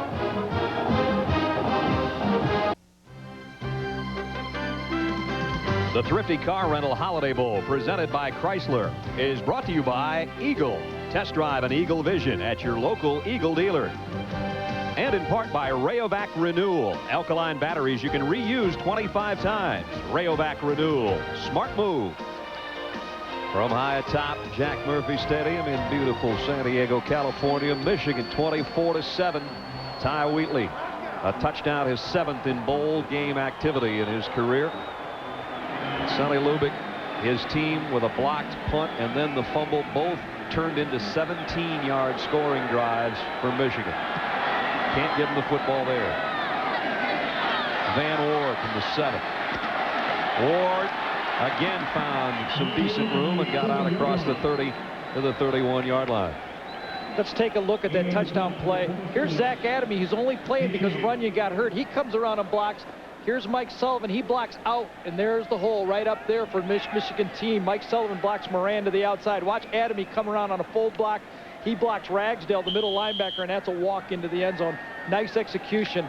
Brad, at halftime, I was talking to Jerry Hanlon, the old offensive coach for Michigan, and he said Michigan needs to run the ball at them a little bit more, and they'll be successful. 17-yard drive, just 138 after the turnover. Leonis Brown in the Colorado State backfield, and Anthony Hill looks like he's checking off on his first down play. Set the throw and rifles it out far side. Complete short gain across the 35, out near the 37-yard line. First catch of the night for Eric Golson, the leading receiver on this team. Of course, he had that one negated by the offensive pass interference call against Ty Law. They've got to find a way to get him the football, or somebody the football now, as they trail 24-7. And this is, I think, what Colorado State feared most, falling behind enough where it takes them out of their running game, and they're going to have to depend on a passing game from Anthony Hill.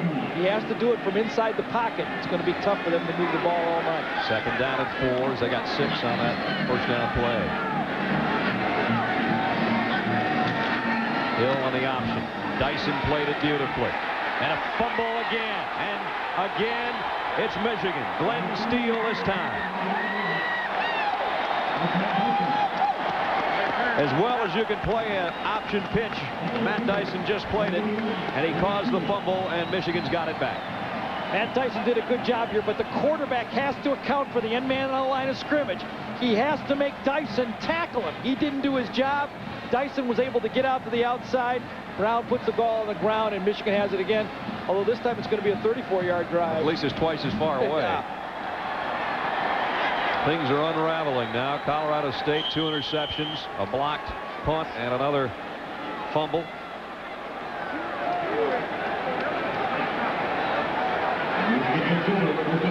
At the 34-yard line.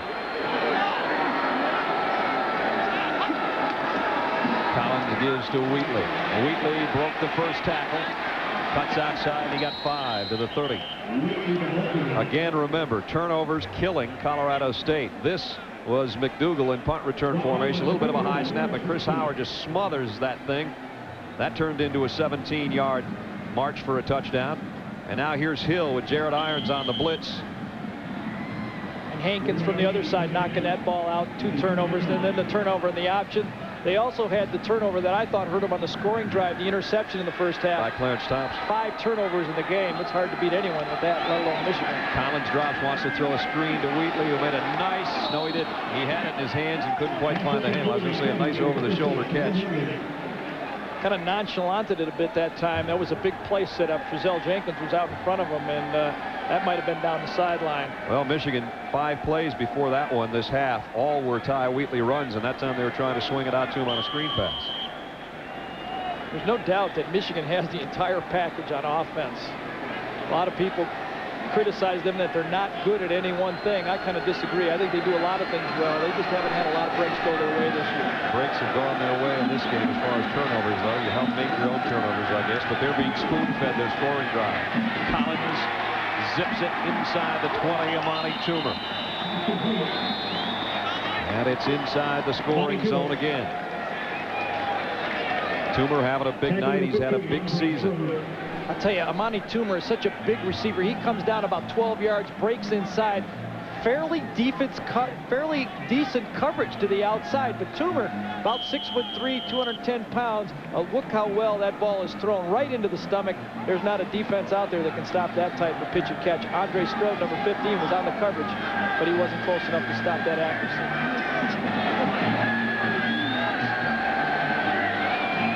First down at the 19. Play action.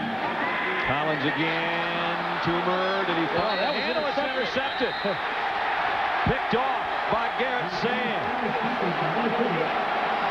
Amani Toomer doing a little bit of a juggling act trying to find the handle, and Garrett Sand found it instead. Well, the ball was put in the right place, and that's the first time Amani Toomer has made a mistake in this game. He bobbles it one time, and Garrett Sands comes in and makes it. Comes on the inside, a little bit of a choice route, goes outside, bobbles it once, twice. Here comes number 30 in to make the play. I don't know if it hit the ground or not, but it was off, you didn't see Toomer argue at all, so it must have been caught. At the 13-yard line, Colorado State takes over. Just marvel at Todd Collins' accuracy throwing the football.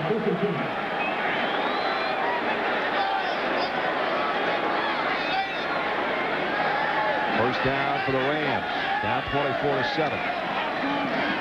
Watson going nowhere. Tony Henderson got them all wrapped up.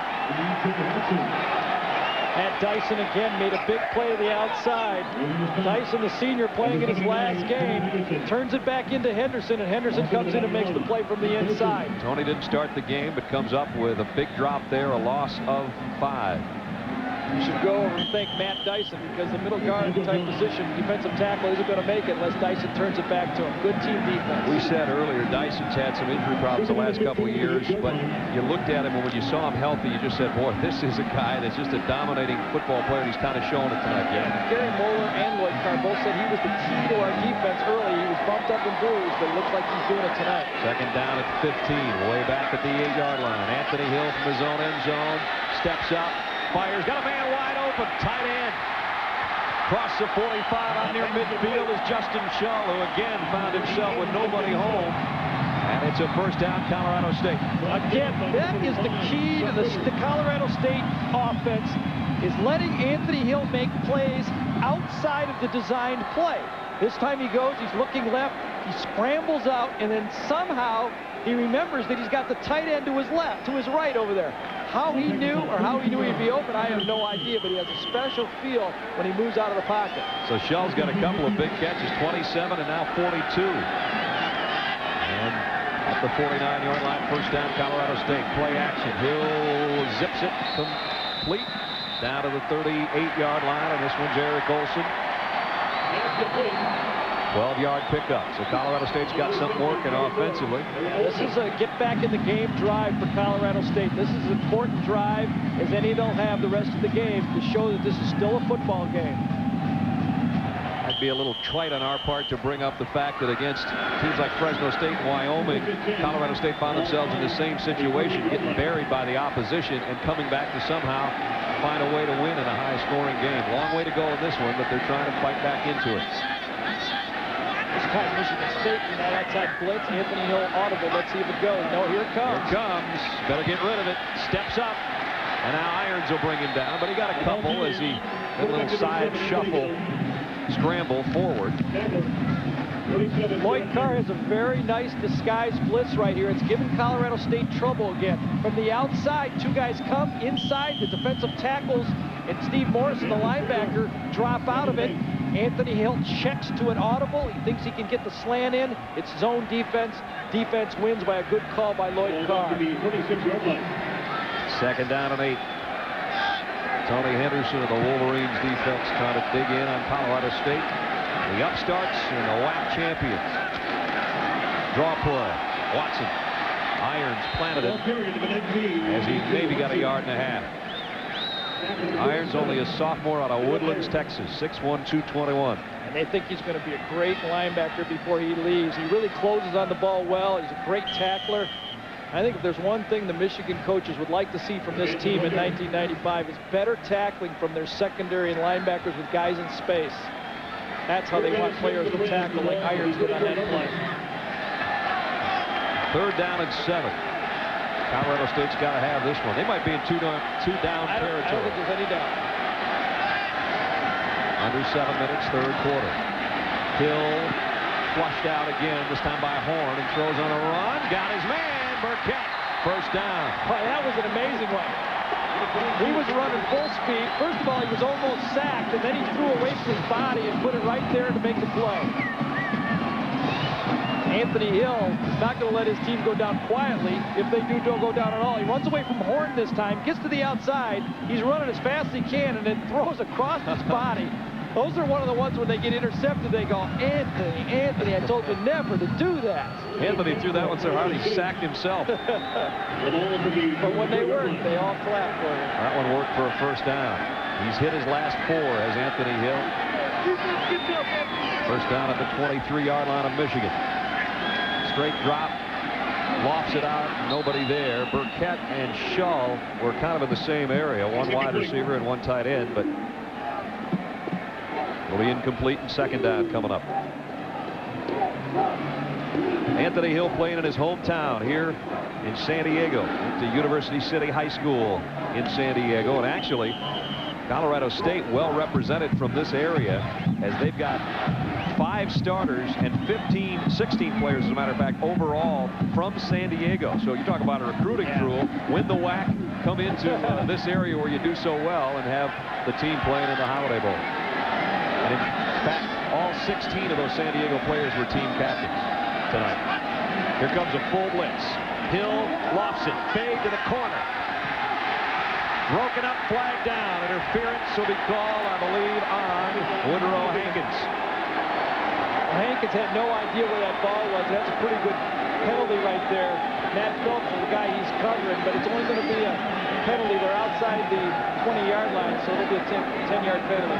They'll get him a 1st down at about the 12, somewhere in there.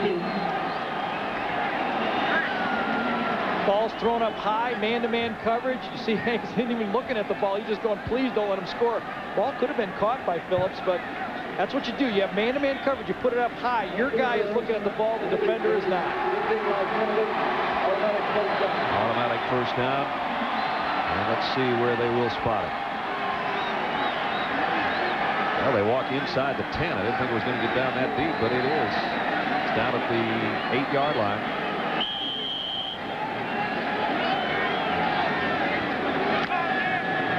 At the 8, 1st and goal. Colorado State trying to work their way back in the game. 6:08 left, 3rd quarter. 3 wide receivers. And Watson is a single setback. Michigan's going to come with that blitz again. And Hill screams out to his wide receivers. They'll keep it on the ground. Watson to the 5.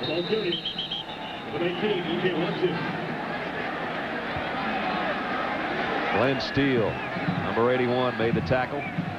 Kind of an odd stance the quarterback used. Anthony Hill, all the quarterbacks for Colorado State does it. They keep their left foot back well behind their right foot, as you can see. Helps them get away from the line of scrimmage on passes. Running plays, it's really no factor, but it gives you that extra 6 or 8 inches. Keep that guard from stepping on your left foot when you turn and get out of the pocket. The Bernie Kosar school of footwork. Actually, Bernie does it the other way, to tell you the truth. I'd like to see a quarterback draw in this situation. Drive that started at their own 13. Now it's 2nd and goal at the 5. Everybody packed up tight. They were going to have a quarterback draw. I think quarterback draw would be a bad call in this situation. Chuck Winters drops Hill. Looks like Michigan was ready for that play too. You got to block it. That's the play. They took everybody out of the backfield. They tried to get their quarterback up the middle. Winters is able to read the play, though, coming right up the stunt. See him run right by the guard on that play. That was the miss. James Craig needed to make the play, and no one blocked the free safety. Chuck Winters, the leading tackler back in that secondary from Michigan. And now it's 3rd and goal outside the 9. And all 3 receivers will come to the left side for Anthony Hill. Nobody's going back in motion the other way. Hill fires, broken up at the 2. Intended for Turner. Now another flag. Ty Law's going to get called that time for reaching over the shoulder. It was a pretty good play, but a little bit too much contact by Law. Michigan was in a combo coverage that time. Each of the players had help inside except for Ty Law, who was by himself to the outside. See, Anthony Hill does a nice job of throwing it in the lane that time. Law's going to reach over and just touch the receiver from behind, Paul Turner.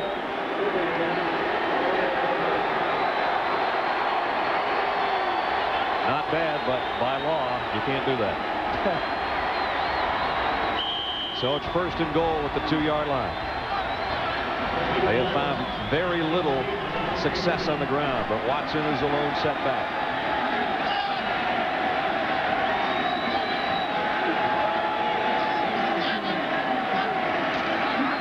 On a counter as Watson, Horn's got him wrapped up. He may have lost a yard. Michigan's front 6 or 7 players up there, whichever front they use, is really beating the blocks. Colorado State needs to run a quicker hitting play up the middle. I'd like to see him use a quick count, too, because Michigan is stemming to their plays very late. They might catch him in a stem. Paul Turner will bring in the play from the Colorado State bench. 2nd and goal at the 2. The option would be a good call at this end of the field also, and this time Anthony Hill could fake the pitch and kick it inside.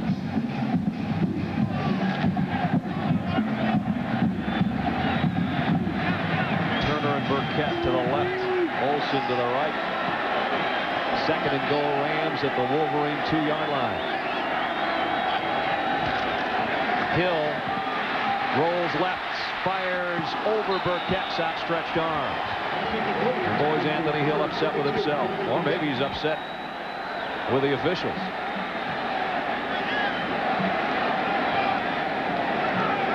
Evelyn Hill, Anthony's mom there, looking on and, of course, praying that somehow Colorado State can find the end zone here with 3:58. She's very skilled, though. She's turning around and looking at the replay. We got a timeout with 3:58 left. 3rd quarter, 24-7, Michigan. A Goodyear blimp Eagle gives us a shot down on Jack Murphy Stadium with 3:58 left, 3rd quarter. Brad Nessler, Gary Danielson, Adrian Karsten with you at the Thrifty Car Rental Holiday Bowl. And a very key play coming up for Colorado State, trailing 24-7. 3rd and goal at the 2. 12th play of the drive. Michigan will stem late again. Again, it's a long count for the Rams. There's the late stem by Michigan. Here they come. Hill's going to flare it out. Watson made a one-hand catch, broke 1 tackle. Doesn't get by the 2nd and 3rd, though. Nice play defensively by Damon Denson. And now, do you kick the field goal? Oh, I do. I think you take it to a 14-point game. Sully Lubick will make the call. He says, let's go, boys. Well, apparently thinking, how many times are we going to get it down at the 4-yard line?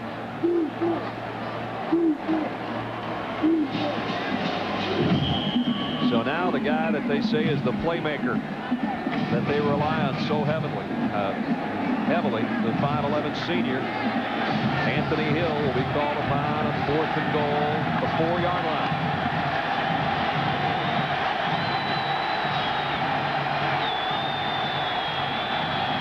Hill, Turner can't hold it. Ty Law got a hand in. Michigan will take over. Looked like it hit Paul Turner right in the shoulder pad. I don't know if Ty Law did that much. Maybe distract. I know he didn't interfere this time, but it looked like the pass hit him in the shoulder pad and Paul Turner just dropped it. Michigan has it back when we come back.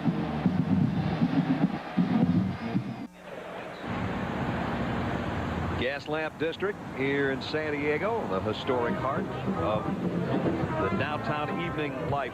And on every given night, you can see some of the criminal element in San Diego. No, those are our guys, actually. It's some of our crew. We were wondering where they were last night. 24-7. They're all drinking diet soda. That's right. They were doing a little last-minute research.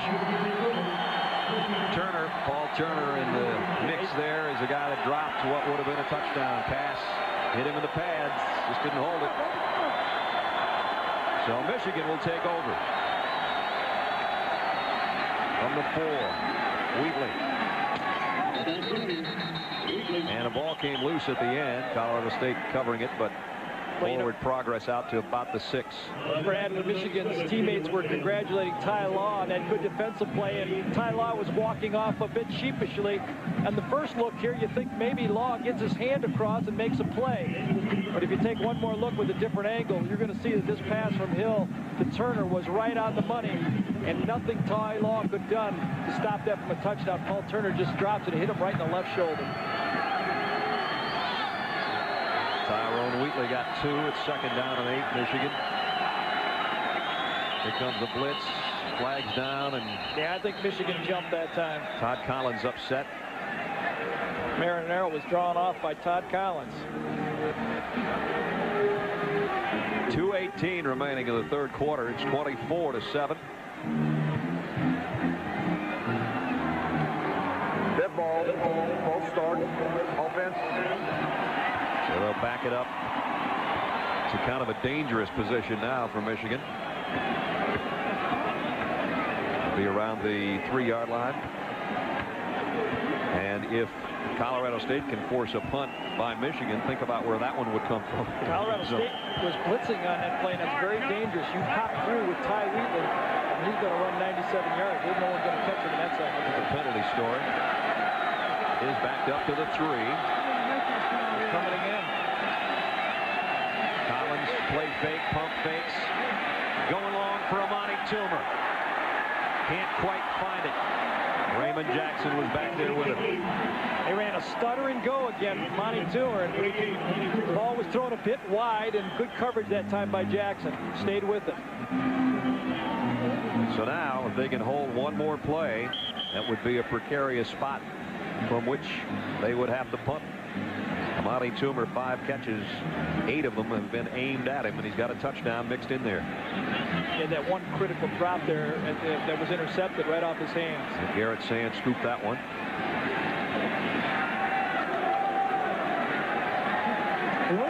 Todd Richards comes in as a 3rd wide out. He'll be in a slot to the right side. Hayes wide that way. Toomer to the left.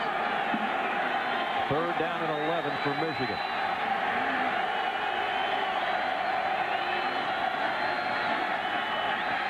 Down the middle. Over the hands of Richards, incomplete. And now Michigan will have to kick from its own end zone. Well, that's the one big advantage of not going for a field goal, is you do have the other team backed up if you don't make it. Barry Mueller upset with that throw by Todd Collins. He had receiver wide open in the middle of the field that time, just didn't make a good throw. Remember, Craig Baker's punts have traveled 35, 8, and 14 yards. Right. Colorado State's best strategy might be to just let him kick it. Well, they got 10 guys up to try to pressure him. He is standing back near the cone in the back of the end zone. From behind him, we get a look. And he got away his best kick of the night. Myers has to go way back. Finally handles it at the 45. Gets what he can and goes out by the Michigan bench at about the 43-yard line. Always a friendly place to get shoved out of bounds. Oh, good for Baker. He came through. Coming up on Monday, January 2nd, ESPN's College Bowl Game Day. 10 o'clock Eastern. Chris Fowler, Craig James, Lee Corso, and the gang bringing the most complete look at the New Year's weekend bowl games and the national championship picture. Plus, Bill McCartney will be on hand to discuss the end of his career at Colorado. That's followed at 11 a.m. by the Hall of Fame Bowl. The Blue Devils of Duke ranked 24th against the Badgers of Wisconsin. It's all coming up as we will gear down our bowl week. Career-long kick for Baker that time, 53 yards. Still, Colorado State has it in Michigan territory at the 43-yard line. This is Karn, Renard Karn, his first carry of the game. And he goes inside the 40 to the 39. He's a little bit bigger back, is Karn, 6'1", 200-pounder. They have gotten almost nothing on the ground tonight, so they're trying a little bit of everything. Michigan's defense continues to try to play a little chess math with Anthony Hill, moving and stemming and bringing their defensive backs in and out of that box position, knowing that Hill is trying to run a check-with-me offense at the line of scrimmage. They'll move around with the delayed snaps. You see it, there they go, switch again. Empty backfield now as Karn goes out as a wideout. Hill drops, trying to lay it in for Turner. Almost picked off on the ricochet by Hankins. Ty Law was the man covering. Ty Law made a nice break on that ball, but that ball didn't have any steam on it that time. It hung up in the air just long enough, and if you're going to hang it, Ty Law will make the play. Coming inside, beats Turner to the ball, tips it away. Good play by Ty Law. Paul Turner, second in the state of California in the 100 meters in high school. We saw that speed earlier with the touchdown, the only touchdown of the night for Colorado State. 4 out of 9 on their third down conversions tonight. Here's a 3rd and 6. Out of the shotgun this time for Hill with his 4 wide receiver group. Over the middle, overshot. A man wide open was Eric Olson, and Olson, had he been able to gather that in, probably would have gotten the first down, but that one way too high. A dejected quarterback will come off. The punting team will come on. This would be a spot on the field that if you have a fake punt, you might use it right here. McDougal threw one earlier this year, a 35-yarder. Had his last punt blocked, and Michigan loads up everybody. 10 on the line of scrimmage again with Toomer back at the 10.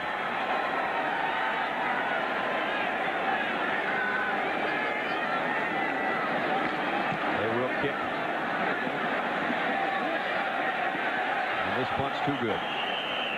Goes into the end zone, a 39-yard kick, touchback. And Michigan will take over. Jack Murphy Stadium, clear, crisp night in San Diego with Gary Danielson and Adrian Karsten. Brad Nessler along with you for the Thrifty Car Rental Holiday Bowl.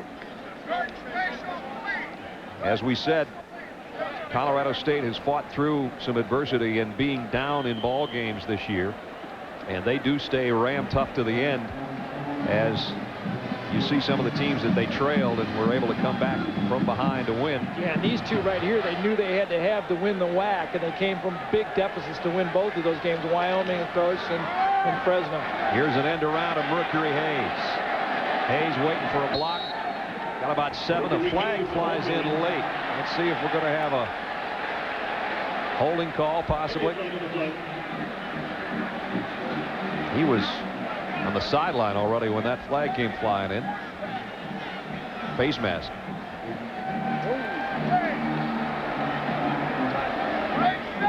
That one I think is going to be on Kareem Ingram. Ingram's had a nice game tonight, but he got his hand in the cage of Mercury Hayes on this end around. Yeah, it reaches out. Hayes ducks just a bit, and there's the face mask penalty right there just before he goes out of bounds. 5-yard incidental one, and that will give Michigan the first down. As we're down to 31 seconds to go, third quarter.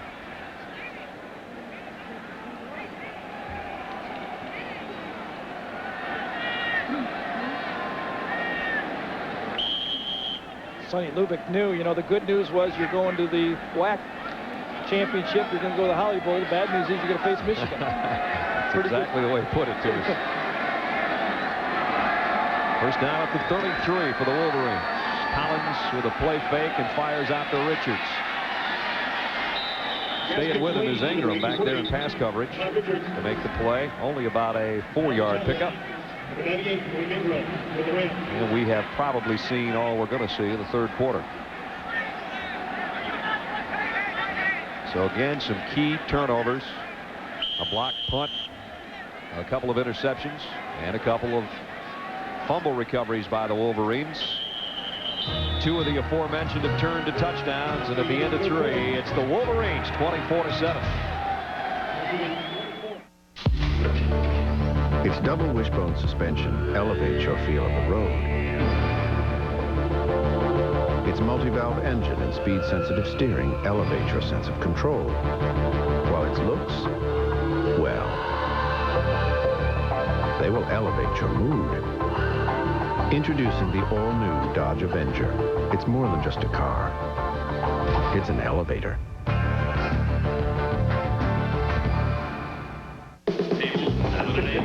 And remember, you're playing for Bud Light, ladies. The boys are back in town. These guys are good. Who are you calling guys? Yeah. Looks like you're in the finals. Ma'am, for the great taste that won't fill you up and never let you down, make it a Bud Light. You're the defending ladies pool champion? Yes, I am. I've stopped playing baseball now, but my son Reed just signed a pro contract. Sometimes we go over his game, and if he asks, I tell him what I know. Like when your muscles get sore, take Advil. Just a couple are strong, fast, and work for me.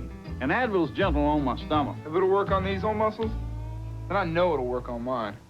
Nothing's been proven to last longer than Advil. Advanced medicine for pain.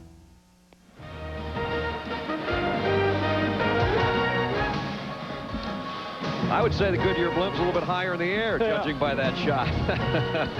Getting set for the fourth quarter from Jack Murphy Stadium in San Diego's 24-7. Michigan, Brad Nessler, Gary Danielson, Adrian Karsten along with you.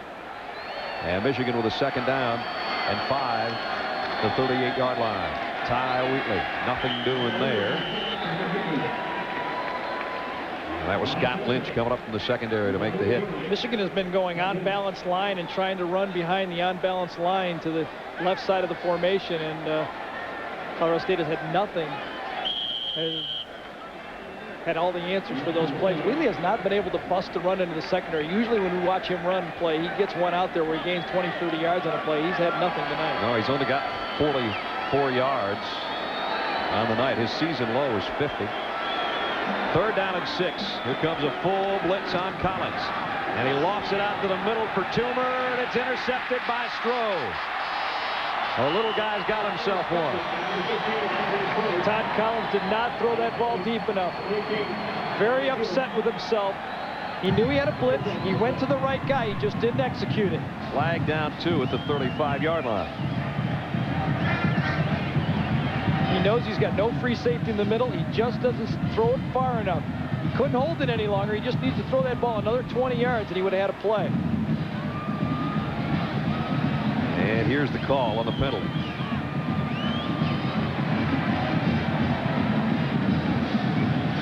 Maybe. Personal foul on Colorado State. Yeah, there was a block on Toomer after they hit the ground, and he was holding on to the receiver, and that's going to march it back 15 yards. Post-possession. Was it Raymond Jackson, I believe, is the guy who came across. Boy, Sonny Lubick trying to fire his troops up.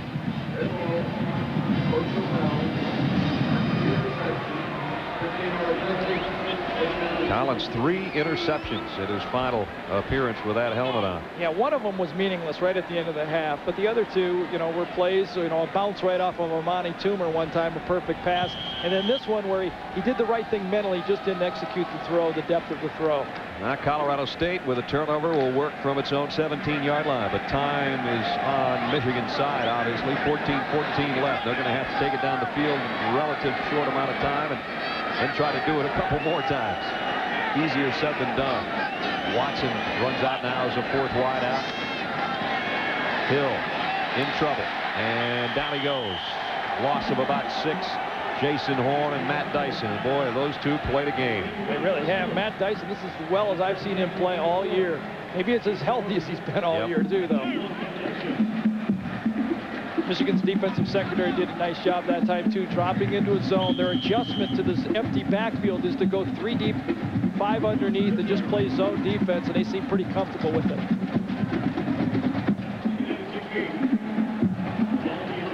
At the 11-yard line, 2nd and 16.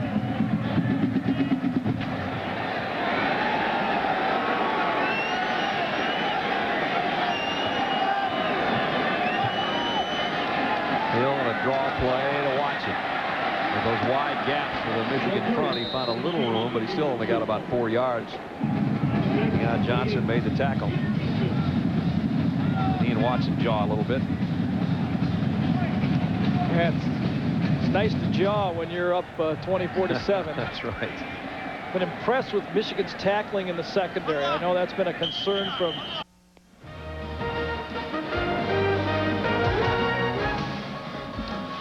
I would say the Goodyear Blim's a little bit higher in the air, judging by that shot. Getting set for the fourth quarter from Jack Murphy Stadium in San Diego. 24-7. Michigan.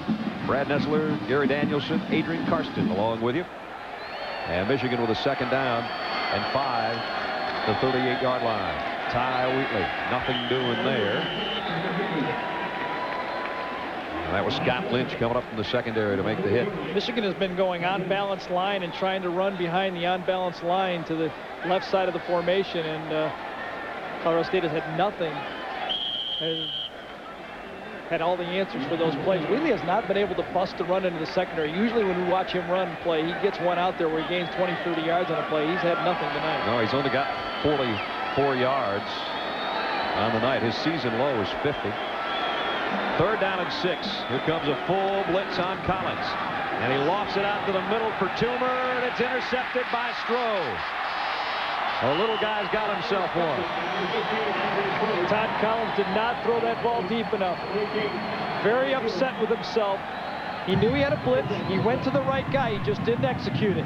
Flag down 2 at the 35-yard line. He knows he's got no free safety in the middle. He just doesn't throw it far enough. He couldn't hold it any longer. He just needs to throw that ball another 20 yards, and he would have had a play. And here's the call on the penalty.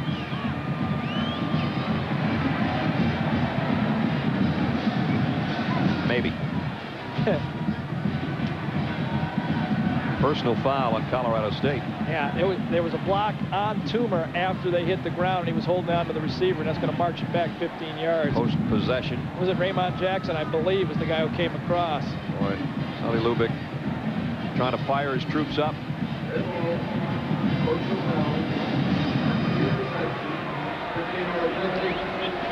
Collins 3 interceptions in his final appearance with that helmet on. Yeah, one of them was meaningless right at the end of the half, but the other 2, were plays, a bounce right off of Amani Toomer one time, a perfect pass, and then this one where he did the right thing mentally, just didn't execute the throw, the depth of the throw.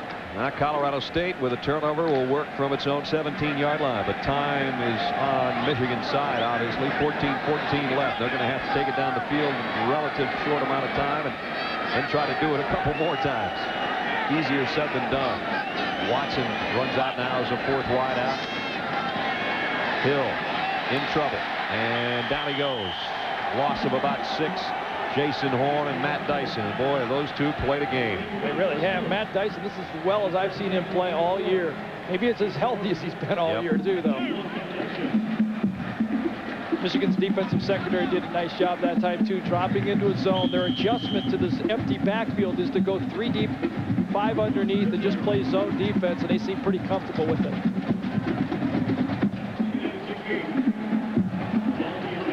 At the 11-yard line, 2nd and 16.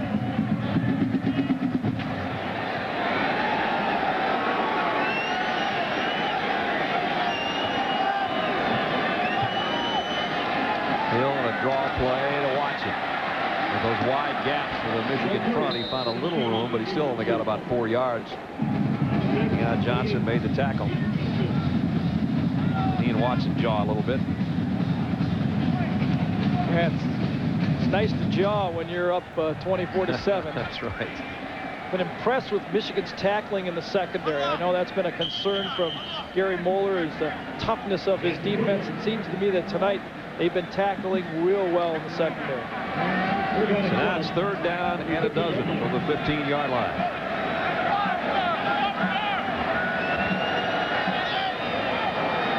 Empty backfield again.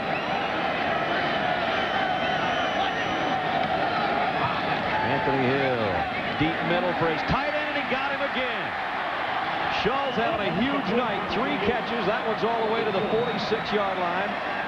A pickup of 31. And that's, I think, over 100 yards for the tight end tonight on receptions. 3 catches and 101 on the night. Yeah, Chuck Winter, number 35, the free safety, got to his position very late. This ball was up in the air forever, and a free safety should be able to make that play. Thompson's able to come over and hit him late, but again, the late check by the Michigan secondary, and Winter's just nowhere to be seen. Free safety has to be there for that type of lob throw. Shaw having a career night. 3 for 101. Not bad, huh? First down. 2 of those catches came on third down conversions, including that one. Out of the shotgun, Hill dances back and runs right in to Will Carr, right about the line of scrimmage. Another adjustment by the Michigan defense that time. Number 91, Matt Dyson, dropped off. Michigan only rushed 3 people that time, had 8 defenders back. That confused Anthony Hill, and he had to scramble. The 3-man rush. Glenn Steele did a nice job of coming in and putting pressure on him. Colorado State just getting nothing on the ground tonight. 41 yards on 29 carries. A yard and a half a pop. Yeah, and the Ram coaches knew that they would have trouble in this game if they weren't able to effectively run the ball. Not dominate, but just effectively run the ball. Second down and 11. And whistles stop play. Dead ball. Delay the game. Offense. Clock ran out before they could get the snap. A Western Athletic Conference 5-9-1 in its previous 15 visits to the Holiday Bowl. There was 1 year in the 16 previous games that a WAC team was not involved. 5-6 last year, this group, and now 10-1 and ranked 12th in the country, coming in the highest ranking they've ever had. Only 10-win season they've ever had, but right now they're on the short end, 24-7. 2nd and 16 for the Rams. Dyson coming again. Hill goes over the middle, found Burkett into Michigan territory. Steve Morrison and Jared Irons holding on at the 49-yard line, where it will be 3rd and 4. Jeremy Burkett was a running back. Now he's playing wide receiver when Sonny Lubick came in, made the adjustment. You see him in the shotgun, Anthony Hill, dropping back, sees the zone, eyes go across, takes the easy throw over the middle. Pretty successful play, and I'm sure 24-7, they're in 4-down territory now. On the gun, 3rd down and 4. Hill over the middle, got Burkett again, same play, 1st down at the 40. Irons made the tackle. Anthony Hill, kind of like a point guard on a basketball team. He still fancies himself a good basketball player, says it's still his favorite sport. And there's his numbers on the night. He led the team in passing and total offense the last 3 years. The only other Colorado State player ever to accomplish that was Kelly Stauffer, who, of course, was an NFL first-round draft choice. Now, remember, he was recruited here with Earl Bruce's staff as an option quarterback from high school, and he's really made the transition to being a passing quarterback and a very valuable quarterback for this team. 1st down right at the Michigan 40 with 10 minutes left in the ballgame. 24-7 Wolverines. A little bit of an option, and never a doubt he was going to keep this one. Got about 7 or 8 and went out of bounds. Well, he had to. He didn't have any backs behind him. Empty backfield. I think it was just a sweep play, a design play with the tight end blocked down. You pull a tackle around, and Anthony just came out. That would have been a nice call near the goal line down there. Anthony, born Christmas Eve of 1971, right here in the city of San Diego. What a Christmas gift he was to Mom, who's in the stands tonight, hoping her son could find a way to pull the Rams back into this game. 3 wide receiver group again. The 2nd and 1 at the 31. Make it 2nd down and 2. Hill wants to go deep this time for Turner. Law's out there. Turner can't find a handle. It was Hankins, not Law. Good throw. Hankins falls down, and Turner can't come up with the ball. Turner was a high school teammate at University City High here in San Diego with Anthony Hill. So these guys have been the battery for a long time. Battery stalled a couple times for Turner tonight. He's had a couple chances in the end zone. You see Hankins just fall down, and Turner just overruns the ball. Neither one of them touched it. aimlessly bounces in the end zone. Turner has 4 catches tonight, but all of them came in the first half. 3rd and a short 2. Watson got the first. Jared Irons hit him right in the mouth, but Watson had enough steam to get over for the first down. Well, without the turnovers in this football game, be a heck of a lot closer than this. This is, I'm surprised Michigan has had much trouble moving the ball against them. I really thought they'd be able to more effectively run the ball than they have against this Colorado State team. You saw Sonny Lubick trying to push his team from the sideline as if to say, come on, let's get in the huddle and out of the huddle. We don't have much time. They've got 9.5 minutes left in the ball game. 10th play of this drive. Comes the blitz again. Nobody home. Behind Hill to help. He'll go down for a loss, almost 2 yards on the loss. Yeah, they had the sweep play on again, and again, Colorado State taking so much time to snap the ball. Michigan is able to time out their blitzes and hit it on the dead run. They need to do a couple quick count plays to keep Michigan out of that timing. Brings up 2nd down and 12. Burkett hustles in with the play call from the bench. 4th quarter with 8:45 left in the game.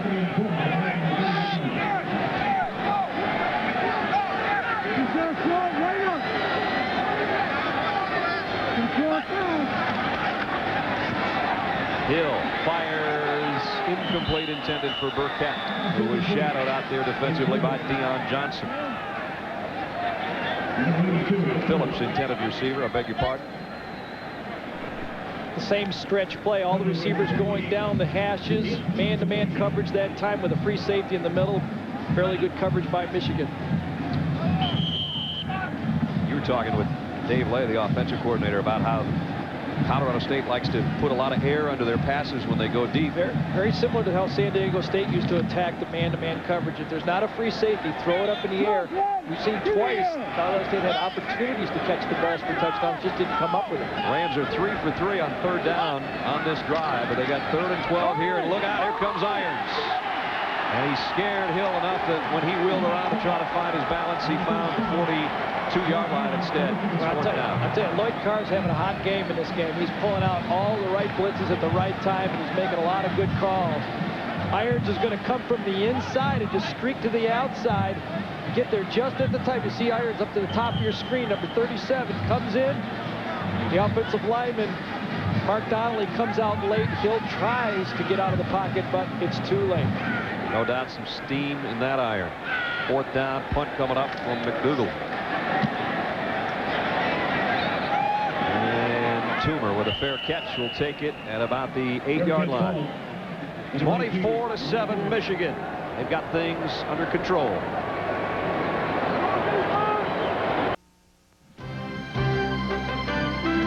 The Thrifty Car Rental Holiday Bowl, presented by Chrysler, is brought to you by Dodge. The more things change, the more things look like the new Dodge. And in part by Rayovac Renewal. Alkaline batteries you can reuse 25 times.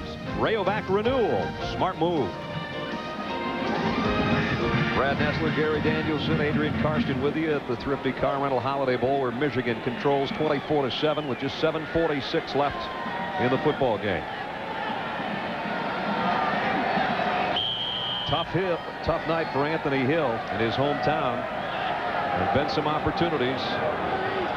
A couple receivers needed to make a couple catches, and they'd be right in the game. Well, Michigan's got it back. Nice play pick by Collins. Shea Foster, the tight end's wide open. Sand trying to track him down. Finally will, but not before Foster got about 20.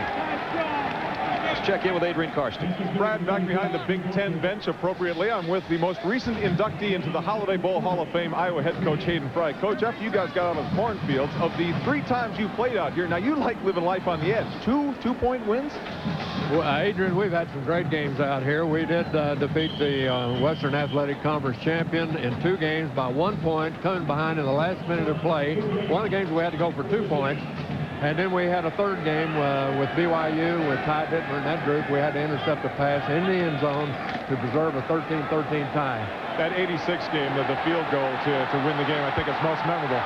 As is that run by Tyrone Wheatley right there, Coach. Well, you know, you can only contain that young man so long, and as I said before the ball game, it's just a matter of time till the quality and depth of the Michigan team takes over. Colorado State's got a very, very competitive football team. They've done a great job this year, but Michigan has all that talent. Coach, what about the future of the conference? I think probably one of the most competitive in the country, save Penn State. What's going to happen now with them in the conference? Well, you know, with the limitation of scholarships down to 85 at this time, what's happening is that the teams normally in the second division are now capable of beating the teams that are normally in the first division. In other words, there's more parity, and more parity will happen from year to year in so-called upsets. But at this time, it's obvious that Penn State, with 28 previous great All-Americans on their roster this year, I've been coaching 33 or 4 years as a head coach, and I've had a total of 4 during my tenure, and Joe Paterno's got 28 this year. Coach, congratulations on your induction. Thank you. Brad? Thanks, Coach, and congratulations from us up here in the booth, too. One of 4 people to go into the Holiday Bowl Hall of Fame, the others being Tim Spencer, running back from Ohio State, Bobby Bell of Missouri, and then there's this guy that played quarterback at BYU. What was his name? Steve Young. Steve Young. That's right. Is he still playing? I think he's still playing somewhere. So our congratulations to all the 95 inductees, is what they're considered, into the Hall of Fame for the Holiday Bowl. Big sack there by Steve Hodge, playing his last game for the Rams of Colorado State. First sack of the night, and Collins backs it up to a 2nd down and 19, 2nd down and 20 at the 46-yard line. And the clock ran out on Michigan, so it'll be 2nd and 25. Yeah, that was a good call by Collins. No use taking a timeout off the board for 5 yards. What's the difference, 2nd and 20 or 2nd and 25? Most of Ty Wheatley's big runs being headed in the wrong direction by the penalties and the sack. Well, he had a little taste of what Ty Wheatley can do with a little space on that run while we were down on the sideline with Adrian. I mean, he just gets into, he's such a big guy. You never choose the right angle when he's running. He doesn't look like he's going as fast as he is. There he is on the sideline. Of course, a lot of people felt that maybe after last year's junior season he would turn pro, and we got to give him a lot of credit for coming back, and then suffered the early season injury, which really curtailed the first 4 or 5 games of the season for him. Still rushed for 1,000 yards. Here's Davis rushing for good yardage for Michigan. You know, you wonder when you talk about Ty Wheatley whether or not he has any regrets that he came back for his senior season at Michigan. He says, no, not really. No regrets. I mean, if the injury I nursed, you know, was supposedly dropped my stock, I had no idea where I was going last year anywhere. You know, a lot of times they say a person can go in this slot but end up dropping 4 or 5 notches. So I had no idea where I was going, you know, but a lot of people say you were going in the 1st round. You know, that's enough for some people, but for me, I mean, I'm just doing what pleases me. What pleased him is to come back for his senior season. Here's a pressure on Collins again. This time Brady Smith has got him wrapped up with Devon Hawkins, and another sack. Yeah, right around the outside. Trezell Jenkins that time could not handle Brady Smith to the outside, and you know, that's another sack. He was the sack leader this year with 9 sacks. There's another one, his 10th.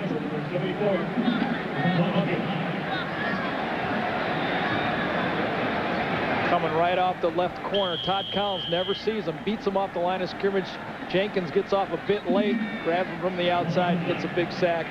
Little help from the inside from Devon Hawkins. Brady, honorable mention all WAC player. Now Baker will have to punt. His last one was his best one of his career, as a matter of fact, after a couple disasters earlier in the game. Greg Meyer stands back at the 10 for Colorado State. And let's see who's guilty of what on that one. Dead ball. Delay of the game. Offense. Get the ball snapped, Coach Moeller says. I think that was another meaningless penalty, though. They were trying to bleed the clock as much as they could. Got it down to 4:18. 10th penalty of the night against Michigan. 10 men stacked up close for Colorado State.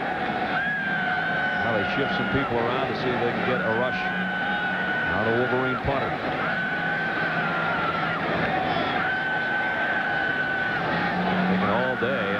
count here. Myers runs up on this one, fields it. A tough catch.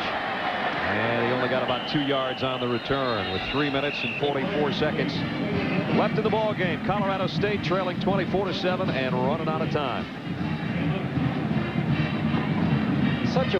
Let's take you back to Michigan's final home game at Michigan Stadium. Walter Smith is a senior wide receiver who suffered an injury in preseason practice that kept him out the entire year, and he worked his way back diligently in the weight room and conditioning for that 2-yard reception against the Minnesota Golden Gophers, and his teammates swarmed him. They love this guy. He's the team captain, co-captain, along with Steve Morrison, and he said yesterday at the luncheon here in San Diego, he said, I want to thank my teammates for hanging in there with me. We called a timeout against Minnesota. He said it took me 3 minutes to convince Coach Moeller to throw the ball to me.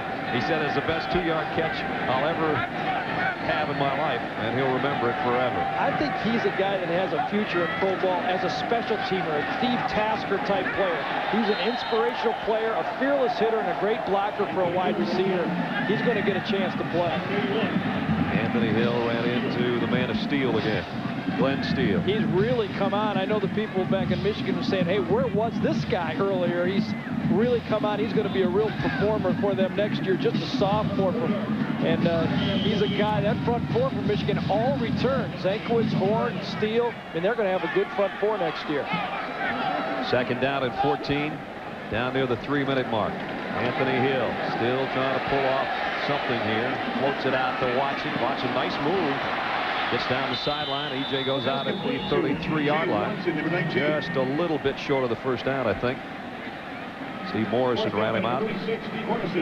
Morrison playing his final game for Michigan. The other captain that we talked about. 6'3", 238-pounder, and just one of those guys where you look at him, you say, he knows how to play football. He really is. He's out of Birmingham. Brother Rice turned out such many great football players out of there. And Pete Mitchell, Boston College tight end, was his teammate. They faced each other this year.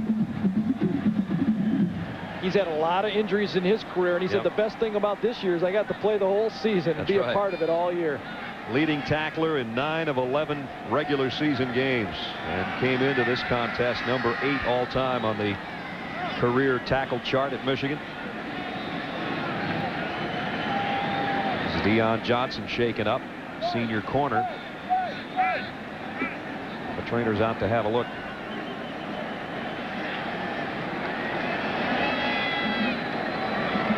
Well, that tells a story of kind of a Cinderella team, although the Colorado State players say, hey, Cinderella wasn't as tough as we are. Yeah.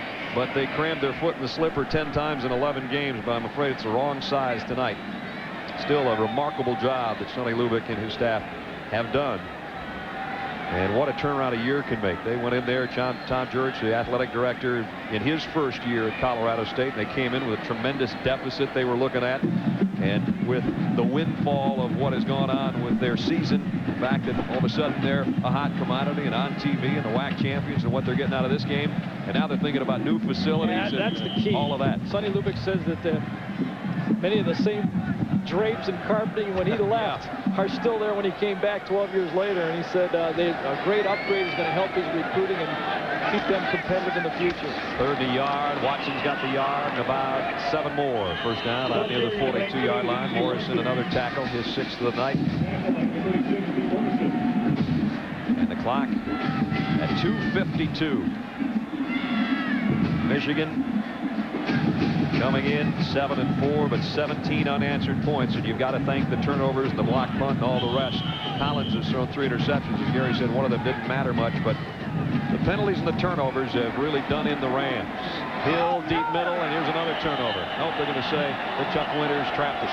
Yeah. Michigan only had 4 interceptions all year. And tonight they come through big. A couple of overthrown balls, a couple of misplay balls. I still think the one Clarence Thompson made in the end zone when I believe it was 10-7 at that point.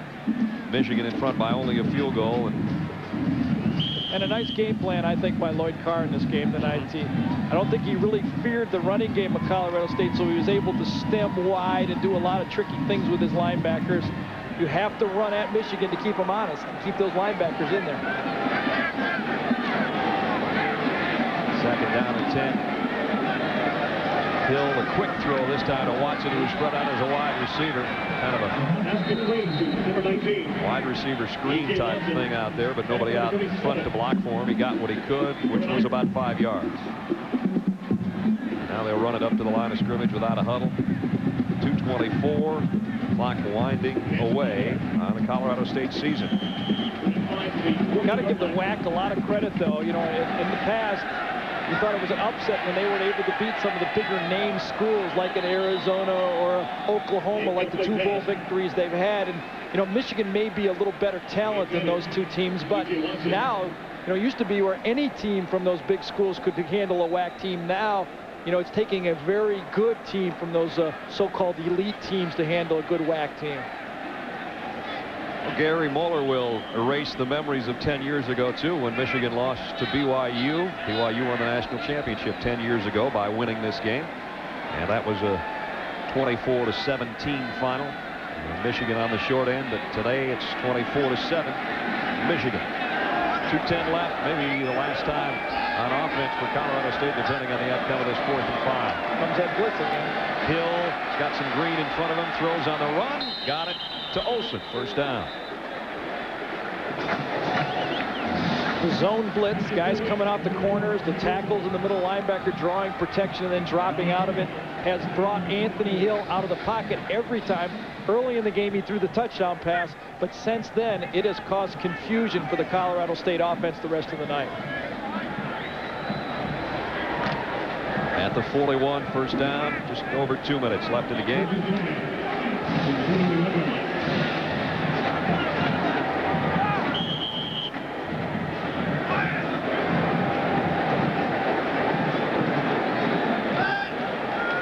Whoops, Dyson jumped off, slipped a little bit, and apparently got back. Hill lays it out for Burks.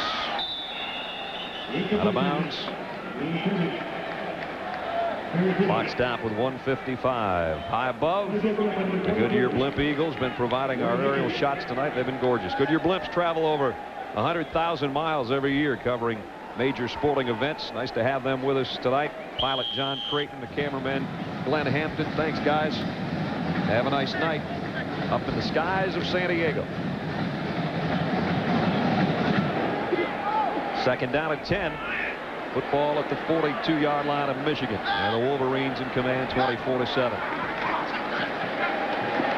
Hill overshot his intended receiver. And a flag flies in. They're going to have a late hit on Chuck Winters, who let Van Ward have it in the back after that pass sailed over his head. Yeah, it's really unnecessary roughness. Chuck Winters knew that that ball was clearly over his head and thrown, and he came back and leveled him. If it was a closer pass, they wouldn't have called it. Dead ball, personal foul, defense, 15-yard penalty, automatic first down.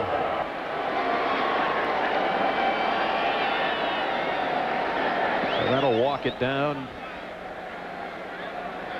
inside the 30.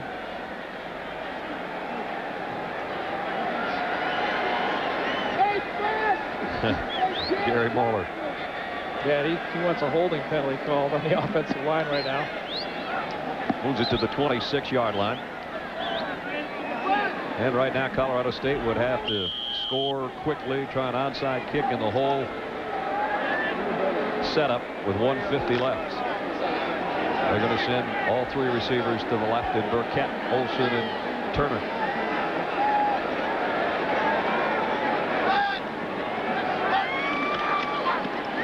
Try a counter here to Ward. Ward finds some room.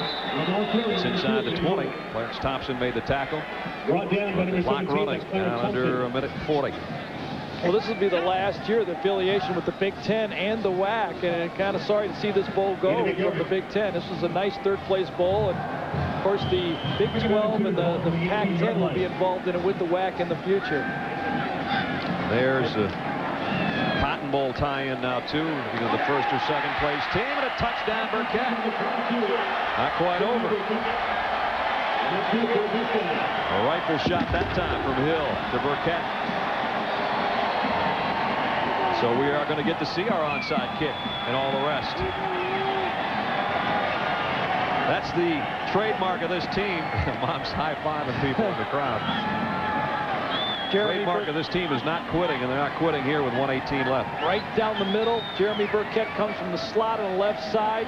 Again, the two safeties for Michigan drawn out wide with the guys going down the outside, able to split it down the middle. Didn't put any air, it just sliced it right in there nicely and hard. McDougal's point after is good. And it is 24-14. And now we're going to see McDougal with an onside kick when we come back.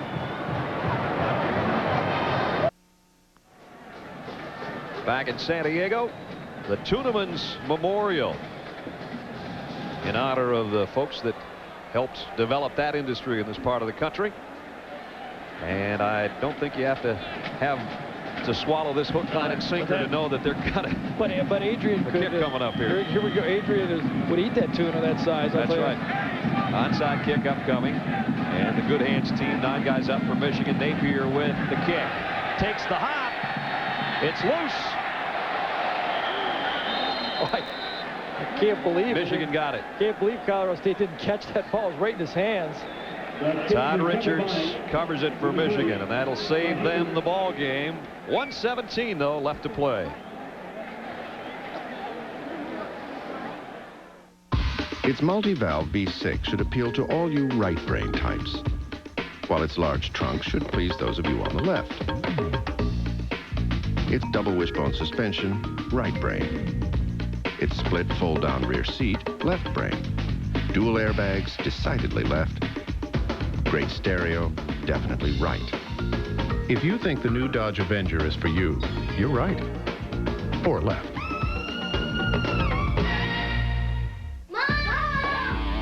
You need a lot of energy for 3 kids, and even more energy for all their toys. We went through batteries like candy. That was before Rayovac Renewal, alkaline batteries that are reusable. Like 25 times. Not like old-fashioned rechargeables.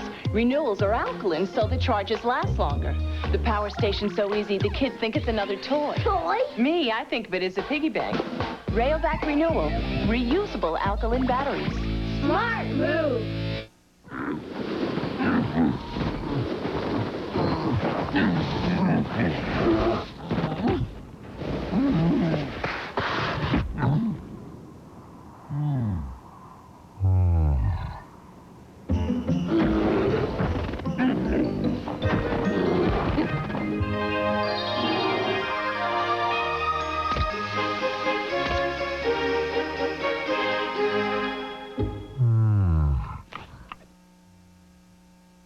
Michigan recovers the onside kick. They're up 10, 1:17 left. Ty Wheatley, last time he'll strap on that jersey for the Wolverines of Michigan. Todd Collins likewise. They'll strap on some NFL gear though after the All-Star games that they'll play in at the end of this season. Chris Howard, who blocked a punt earlier, gets the carry here, and Colorado State takes one of its remaining timeouts. Well, Brad, prior to the game, had you told me that Colorado State would turn the ball over 4 times, get a punt block, and not score with a goal at the 1-yard line, and the game would still be within 10 points, I'd have laughed at you, because you give me those stats, I say it's a 40-point game. Thrifty Car Rental players of the game for Michigan. Todd Collins in his last appearance for the Maize and Blue, a couple of touchdown tosses, and from Colorado State, their tight end had a huge night. Justin Shaw, 3 catches, 101 yards on the evening. Our congratulations to those 2 guys, Thrifty Car Rental players of the game. We're down to 1:10 remaining in Michigan and Colorado State season, and Michigan will finish at 8-4. And Colorado State drops to 10-2 when it's all over. Walter Smith's out on the field. They're going to try it again. I wonder who they're going to throw to if they throw. And Jason Carr's in at quarterback, by the way. That would be a bit dangerous, though. Nope, he just wanted to get in a play, I guess. They'll keep it on the ground. And now Colorado State will take its final timeout. Waller out there wanted to make an appearance on a bowl game. I don't blame him. He's quite a kid. Really, one of the reasons a lot of people at Michigan thought this would be a potentially national champion team was his leadership, his senior leadership, and Steve Morrison's. They really felt that those 2 seniors were the type of captains they'd had in the past here with successful teams. Sports Center coming up in about 1 minute and 3 seconds. Steve Levy, Carl Ravix with scores and highlights. Lenny Wilkins goes for the milestone of Red Auerbach's and hoops highlights, bowl updates, and a lot more. He'll take it away in about 63 seconds. And Sports Center is next. Well, this is where all of us kind of had our separate ways, too, with the exception of Gary and I will be going out to the Hula Bowl All-Star game, but our crew will scatter now. Michigan recovers the onside kick. They're up 10, 117. Left. Ty Wheatley. Last time he'll strap on that jersey for the Wolverines of Michigan. Todd Collins likewise. They'll strap on some NFL gear, though, after the All-Star games that they'll play in at the end of this season. Chris Howard, who blocked a punt earlier, gets the carry here. And Colorado State takes one of its remaining timeouts. Well, Brad, prior to the game, had you told me that Colorado State would turn the ball over 4 times, get a punt block, and not score with a goal-to-goal at the 1-yard line, and the game would still be within 10 points, I'd have laughed at you, because you give me those stats, I say it's a 40-point game. Thrifty car rental, players of the game for Michigan. Todd Collins in his last appearance for the Maize and Blue, a couple of touchdown tosses, and from Colorado State, their tight end had a huge night. Justin Shull, 3 catches, 101 yards on the evening. Our congratulations to those 2 guys, Thrifty car rental players of the game. We're down to 1:10 remaining in Michigan and Colorado State season, and Michigan will finish at 8-4. And Colorado State drops to 10-2 when it's all over. Walter Smith's out on the field. They're going to try it again. I wonder who they're going to throw to if they throw. And Jason Carr's in at quarterback, by the way. That would be a bit dangerous, though. Nope, he just wanted to get in a play, I guess. They'll keep it on the ground. And now Colorado State will take its final timeout. Waller out there wanted to make an appearance on a bowl game. I don't blame him. He's quite a kid. Really, one of the reasons a lot of people at Michigan thought this would be a potentially national champion team was his leadership, his senior leadership, and Steve Morrison's. They really felt that those 2 seniors were the type of captains they'd had in the past here with successful teams. Sports Center coming up in about 1 minute and 3 seconds. Steve Levy, Carl Ravix with scores and highlights. Lenny Wilkins goes for the milestone of Red Auerbach's and hoops highlights, bowl updates, and a lot more. He'll take it away in about 63 seconds. And Sports Center is next. Well, this is where all of us kind of had our separate ways, too, with the exception of Gary and I will be going out to the Hula Bowl All-Star game, but our crew will scatter now for college basketball and other things coming up.